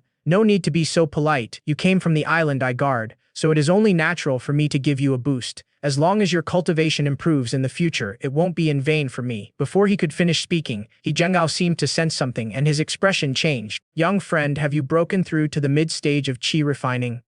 I was shocked to hear this. How did he break through? I immediately put on a calm face and said that I was right. It was all thanks to my close relationship with Xiao Heng before he went out. He gave me a water attribute cultivation technique which happened to match my chi-breaking ability. Therefore, I made rapid progress in my cultivation. Upon hearing that it was related to Xiao Heng, He Zhenggao smiled slightly. "Young friend, You are indeed very cautious. If I didn't have a special technique, I almost wouldn't have noticed. I understand. It is better to be safe than sorry, right? After saying that, he resumed his smiling tiger-like demeanor, saying, I really envy your good relationship with Xiaoheng. He even left you a cultivation technique. You must know that Xiaoheng is a genius, almost at the foundation establishment stage in just a few years. He has a good chance of reaching the golden core stage or even the nascent soul stage in the future. I quickly flattered him, saying, You're quite something, senior. It is my good fortune to have your help. Then he Zhengao led me to a mansion where there happened to be a ripe Taiyan fruit. I'll now demonstrate to you how to pick Taiyan fruit. Upon entering, I saw that the people in the mansion were holding a funeral, but he Zhengao ignored them and went straight to the deceased, looking at the strange fragrance emanating from the corpse. I was quite curious. This so-called Taiyan fruit. He Zhengao pointed at the corpse and the corpse flew into the air and began to transform. After a moment, it returned to its original form, a bright red fruit. Following closely behind, the mourning clothes worn by the mourners from Taiyan began to dissipate, and soon they seemed to have been wiped away as if by an eraser, leaving the place as if nothing had happened. Watching all this unfold, I was truly amazed. It was indeed a wondrous fruit. He Zhengao said, Perfect timing, young friend. You've never tried the Taiyan fruit before, so here, you can have a taste of this one. For some reason, the aroma of the Taiyan fruit grew stronger and stronger, making my stomach rumble with hunger, as if it were tempting me to eat it. Seeing that I no longer hesitated, I finished it off in a few bites and my stomach instantly felt as full as if I had just had a good meal. The panel did indeed show an increase of 5 years in my lifespan limit, so it seemed that the fruit was indeed fine. I couldn't help but exclaim in admiration. This wondrous object that extended lifespan was truly extraordinary, though its human-like appearance before maturity was a bit strange. However, He Zhengao's next words shocked me. The Taiyan fruit was transformed from a human, so naturally it resembled a human. Upon hearing this, I froze on the spot, cold sweat pouring down my forehead. Had I eaten a real person, the thought made me want to vomit uncontrollably. He Zhengao then explained the origin of the Taiyan fruit. Strictly speaking, it wasn't even human. 500 years ago, Taiyan Island was just an ordinary island, but one day, islanders from other islands noticed something was wrong and went to Taiyan Island to investigate. As a result, several groups of people returned and never came back. This situation also caught the attention of the island's guardian master, who rushed to Taiyan Island to investigate. Even he, a golden core cultivator, was astonished by the situation on Taiyan Island. For some unknown reason, all the mortals on Taiyan Island vanished and the city was overgrown with towering, leafy trees, each bearing a fruit with a human face. When a breeze blew, the fruit would reveal a chilling smile. This was eventually reported to the higher-ups of the Myriad Immortals Alliance, who sent someone to investigate. The specific results are unknown. All that is known is that the trees were later all cut down. A large array was also built on Taiyan Island, with special personnel stationed there to harvest the face fruits. Those face fruits seemed to have remained untouched, living within the array as if nothing had happened. But after hearing this, He Zhengao said, Aren't Taiyan Guo still human? He Zhengao replied, How can they be considered human? They have no consciousness of their own and act entirely on instinct. If you have to say, they are just some remnants of human obsession. This matter is too mystical for me, but whether the Taiyan fruit is human or not is no longer important after it was discovered that it can extend lifespan. After all, even if it were a real human, once it was discovered that it could extend lifespan, it would still inevitably be eaten. After giving his instructions, He Zhengao left, and I settled down on Taiyan Island. I must say, guarding the island has been really easy. I can spend almost the entire day cultivating. After mastering some simple spells again, I decided to start practicing the nascent soul cultivation technique. However, unlike the simple cultivation method of the lesser flame water technique, the heavenly mystery jade ring golden chapter technique was far too profound and difficult to understand. It took me a year to even grasp the basics of qi. During that time, I returned to 10,000 Immortals Island, collected 800 reward points, and exchanged them for the late-stage qi refining part of the lesser flame water technique. I then cultivated for 5 days in the auxiliary mode of the heavenly profound realm. I felt I wasn't far from the late stage of qi refining after the update, and having used up the 5-day cultivation bonus in the heavenly profound realm, I returned to Taiyan Island to guard my post. In my spare time, I read miscellaneous notes on cultivation, which described a bottleneck, a heavenly calamity, that couldn't be overcome through cultivation alone. Only by finding the opportunity that one senses within oneself can one successfully break through the barrier of qi transformation. The existence of the heavenly calamity is like a disaster sent down by heaven, hindering cultivators' progress, hence its name. Knowing that I couldn't break through in a short time, I temporarily put aside the cultivation of the lesser flame water technique, and instead began practicing the heavenly mystery jade ring golden chapter. Now I have mastered the basics of this technique and can begin cultivating the second level. According to the description above, as long as the second level is successfully cultivated, one can master the supernatural power of transformation. However, another year has passed in the blink of an eye, and I still cannot comprehend the second level of the Heavenly Mystery Jade Ring Golden chapter. I have made almost no progress. The contents were too obscure for me to understand, so I left seclusion and headed to the Heavenly Profound Realm to collect my annual reward and 5 days of cultivation benefits. After activating the auxiliary cultivation mode, the experience I had accumulated over the year, combined with the comprehension boost from the Chi element, made the contents of the Heavenly Jade Ring Golden chapter enter my mind like a sudden enlightenment. All the previous questions and doubts, all the answers have now been found. After 5 days, I will return to Taiyan Island without delay and continue my seclusion. I have now thoroughly understood all the obscure and difficult parts of the cultivation technique, so there are no longer any obstacles in my practice. Another year passed, and on this day, golden mist-like spiritual energy appeared in my dantian. I had finally successfully cultivated the second level of the Heavenly Jade Ring Golden chapter. I couldn't wait to use the Chi Comprehension Enhanced Divine Ability transformation mechanism to see what this so-called heavenly mechanism truly looked like. However, a major problem became immediately apparent despite it being daytime. Taiyan Island was shrouded in black mist, making the entire island resemble the underworld. Shocked, I used the transformation machine again to confirm, but the situation remained the same. I used the crystal technique to reflect on myself and examine myself. Looking at the deathly aura surrounding me, my expression turned grim. Could there be a problem with this technique? After all, I'm currently within the Unbreakable Formation, and Taiyan Island is located in the central region of the Chongyun Sea, within the sphere of influence of the myriad Immortals Alliance. Who could possibly cause me to generate such a dense deathly aura? Whether it was true or false, I decided to go to Wangxian Island to lay low for a while, but when I got to the teleportation array, I found that it wasn't working, which made me even more uneasy. So I took out the communication talisman He Jungao had given me, trying to contact him for help, but there was still no response.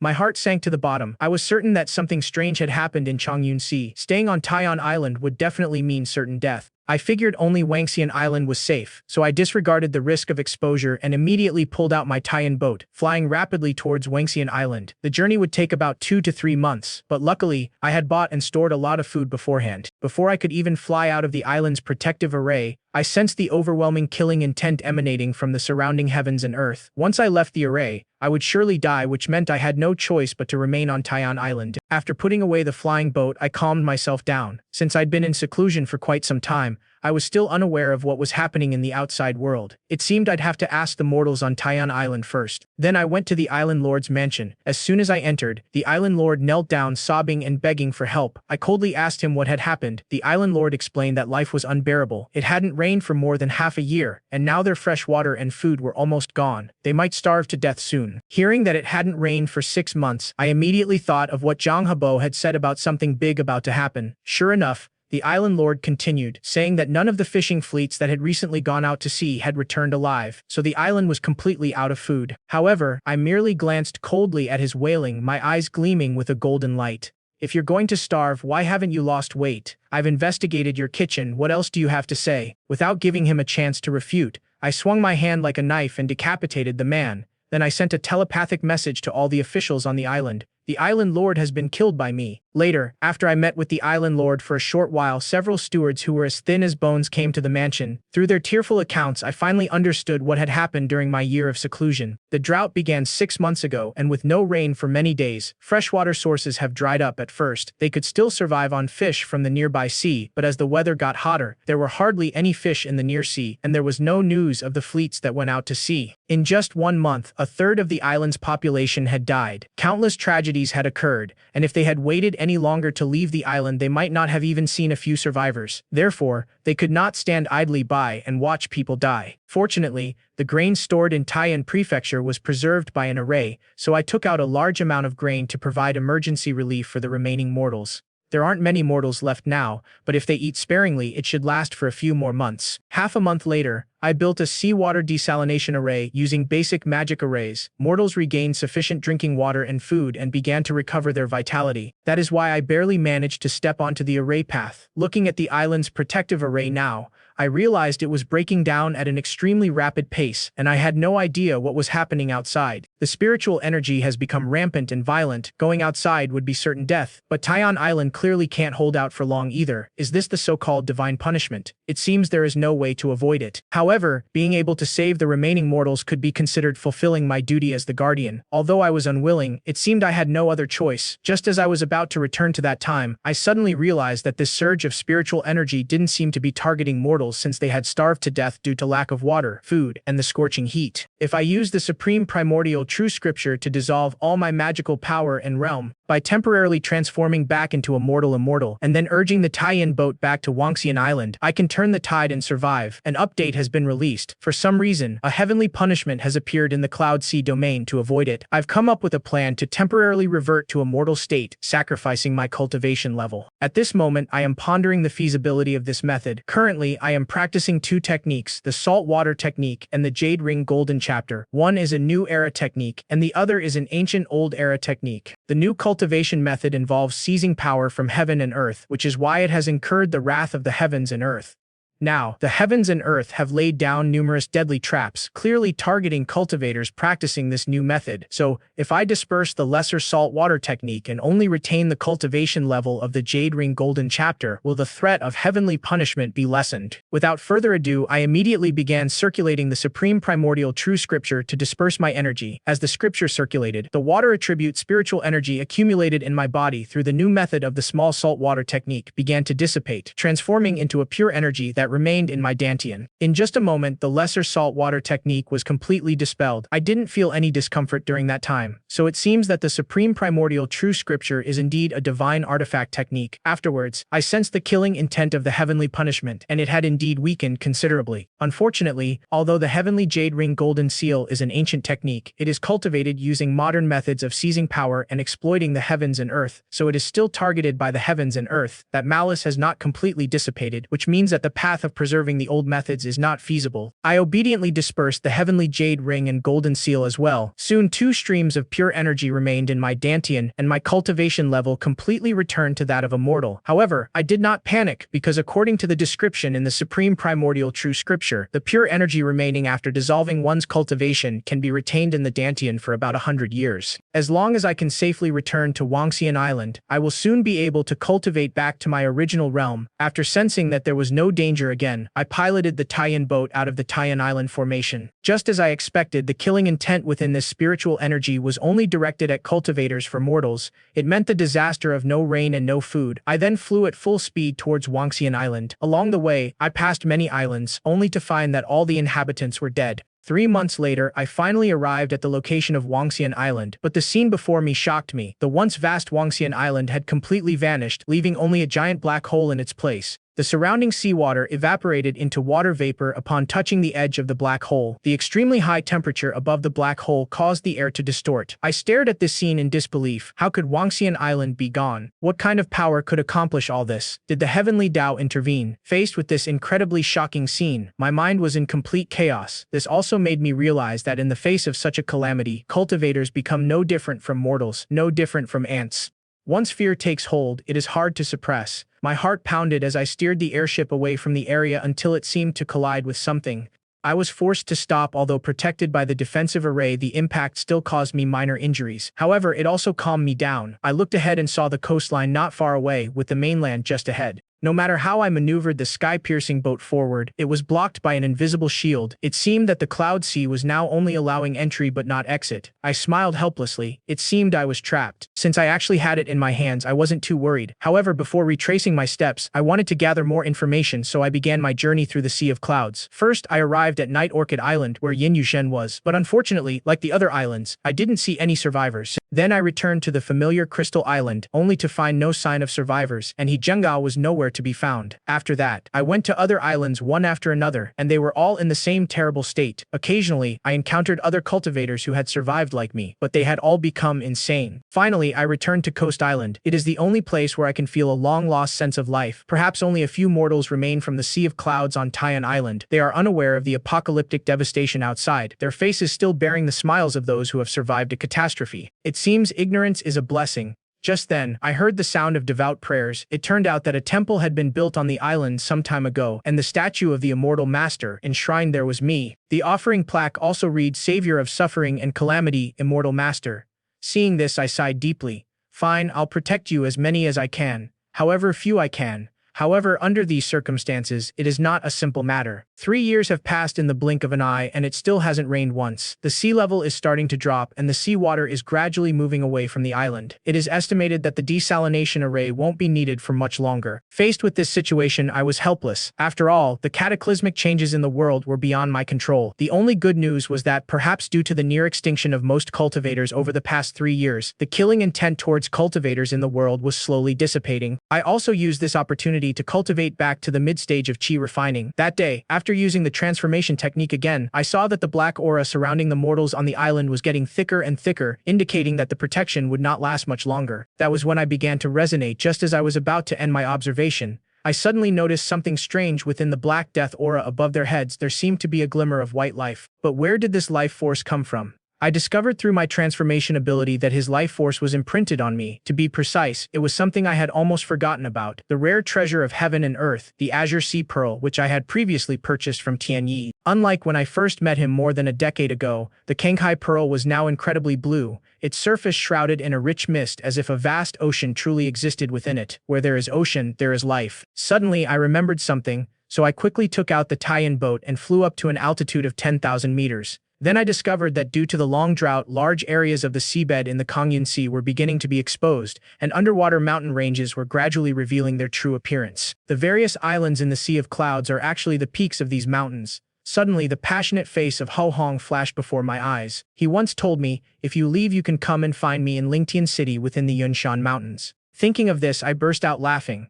From the Sea of Clouds, from the Yunshan Mountains. It turns out it was all the same place from beginning to end. After the update and after experiencing the changes that occurred several years after the crisis in the Cloud Sea and the gradual depletion of the Cloud Sea region, I finally realized that the Cloud Sea and the Cloud Mountain range were originally the same place. The reason why I saw towering mountains in my previous life but a vast ocean in this life is because the timing of my 2 visits to the cultivation world was different. In my previous life, I only came to the cultivation world to take a look before my death in the 65th year of Mao Ding's reign. It was after the Sea of Clouds had dried up, so I could only see various towering mountain ranges that reached into the clouds. In this life, I arrived in the cultivation world much earlier, in the 20th year of Mao Ding's reign before the crisis in Yunhai occurred. So when I first arrived in the cultivation world, I saw a vast ocean that had not yet dried up. In fact, if he had connected Zhang Haobo's earlier warning with the different scenes he had witnessed during his 2 journeys into the cultivation world, he might have been able to foresee this earth-shattering change earlier. However, now that we know that Kanyunhai is the future Kanyun mountain range, there is no need to worry too much about this disaster. If I remember correctly, Cao Hong and Dao Xuanzi broke into my Great Snow in the 5th year of Mao Ding's reign, claiming to be from Lingtian City in the Kanyun mountain range. This is the 34th year of Mao's reign, which is still more than 10 years away. Presumably, this crisis will soon be over. Waiting without hope is the most agonizing. Now that we know the future outcome, this seemingly endless disaster is not so terrible. After calming myself down, I returned to the island and sent a message to the surviving residents of Tai'an Island, informing them that the disaster would soon be over. In this way, they also rekindled their hope for survival. Afterwards, I returned to my secluded retreat and took out the wondrous Kanghai Pearl to examine it. Since the glimmer of hope pointed to by the transformation divine power was here, this pearl must contain some unknown secret. I then projected my divine sense into it, but it vanished the instant I made contact. It seems that I'll have to put in some effort to use this bead. I can only learn by trial and error. In the following days, I made many attempts with the Azure Sea bead, infusing it with spiritual energy, nurturing it with my divine sense, bombarding it with external force, and even using the technique of refining it with blood. The Azure Sea Pearl remained completely unresponsive, unable to activate the immense water vapor it contained. Fortunately, I then thought of the transformation technique. If it could detect life force, it could surely also detect the differences in the Azure Sea Pearl. As I used my transformation technique on the Ocean Pearl, I could see its ancient and profound life force. Although the Ocean Pearl was small, this force was extremely powerful and complex. However, it was currently dormant within, and I couldn't observe it even without my transformation technique. So I cautiously continued to observe the Ocean Pearl's force. Suddenly, I felt as if I were disappearing, as if I had instantly arrived at the highest heavens, looking down at the Sea of Clouds below. As a certain will descended from heaven and earth, the ocean began its demise. The heavens were about to burn the sea. The sea was powerless to resist, but it refused to submit, and thus the vast ocean was born. A wave of weakness washed over me, and I snapped out of this strange sensation. Before I could even recall the scene I had just witnessed, I noticed I had more gray hairs and wrinkles beginning to appear on my face. I never expected that such an astonishing change would occur in just a moment when my energy merged with the azure sea pearl. Afterwards, I opened the panel to check my lifespan and found that it had skyrocketed from 54 to 89 years old, as if 35 years had passed in that short instant. No wonder not many people in the ancient heavenly mystery sect practice this technique. Lifespan is consumed so quickly, only I could withstand it, but I was almost assimilated by the will of the vast ocean. I still have to be careful. I guess my method is wrong. It is definitely not how you manipulate wondrous objects of heaven and earth. As the days passed, I still hadn't figured out the correct way to use the azure sea pearl. The weather is getting hotter and hotter, as if it is performing a final purification on the sea of clouds. The mortals on the island are also struggling to hold on. They may not live to see the disaster end. I even started to become restless and agitated. To calm myself, I could only circulate the Xuanhuang heart-refining mantra, which is the 9th level of qi cultivation. At this moment, as the heart-refining mantra was circulated, all my unease and fear gradually dissipated. After things calmed down again, I suddenly had a realization. My mid-stage qi refining cultivation, which I had stagnated for several years, had a breakthrough opportunity in this azure sea pearl. From the information I sensed, the opportunity lay in using my own consciousness to contact and comprehend the azure sea pearl. Although I knew there would be risks involved, it was also an opportunity I couldn't miss, so I activated the heart-refining mantra and the jade ring golden seal simultaneously to help me resist the assimilation of the will of the vast ocean. With a moment of mental disorientation, I felt as if I had become a vast ocean again, watching time change, the sun rise and the moon set in the blink of an eye. All of this was accelerated thousands of times, and a single thought flashing before me felt like hundreds of years had passed. An ancient and weathered aura gradually permeated my consciousness, but just then, a cool sensation suddenly emerged and my consciousness gradually returned. At this moment, I was able to mobilize a trace of the power of the azure sea pearl, and my divine sense was strengthened 1,000-fold. With just a slight movement, it covered the entire Taiyan island, but this did not stop. My divine sense continued to extend and expand outward. From the sea of clouds, one after another, extinct islands appeared in my mind. I also saw that beneath one of the islands, a volcano that had been extinguished was being rekindled by a rock disaster, and that a few cultivators were still alive in various hidden corners. At this moment, many secrets of the Sea of Clouds were exposed before my eyes. However, none of this concerned me, so I quickly withdrew my divine sense and used the azure sea pearl to attract the remaining moisture from the Sea of Clouds to gather above Taiyan Island. On this day, the surviving mortals of Taiyan Island finally received the long-awaited rain, and they wept with joy. The heavy rain lasted for a full half-hour, and I had also set up the Kenkai Pearl to automatically perform this extraction every half-month to ensure continuous rainfall for Taiyan Island, thereby guaranteeing the survival of the islanders. After doing all this, I transformed into the vast ocean, observing this world and feeling the flowing energy and will of heaven and earth. At this moment, the passage of time no longer mattered to me. The more I observed, the more I realized. At that moment, I also discovered that the killing intent of heaven and earth had not dissipated. It still existed between heaven and earth. It turned out that because cultivators were plundering heaven and earth, the heavenly Tao had generated killing intent, but the heavenly Tao would not act directly. Therefore, the heavenly Tao unleashed its killing intent and set out a plan to eliminate cultivators. The spirits of heaven and earth were thus born, and their mission was to exterminate cultivators who defied heaven and earth.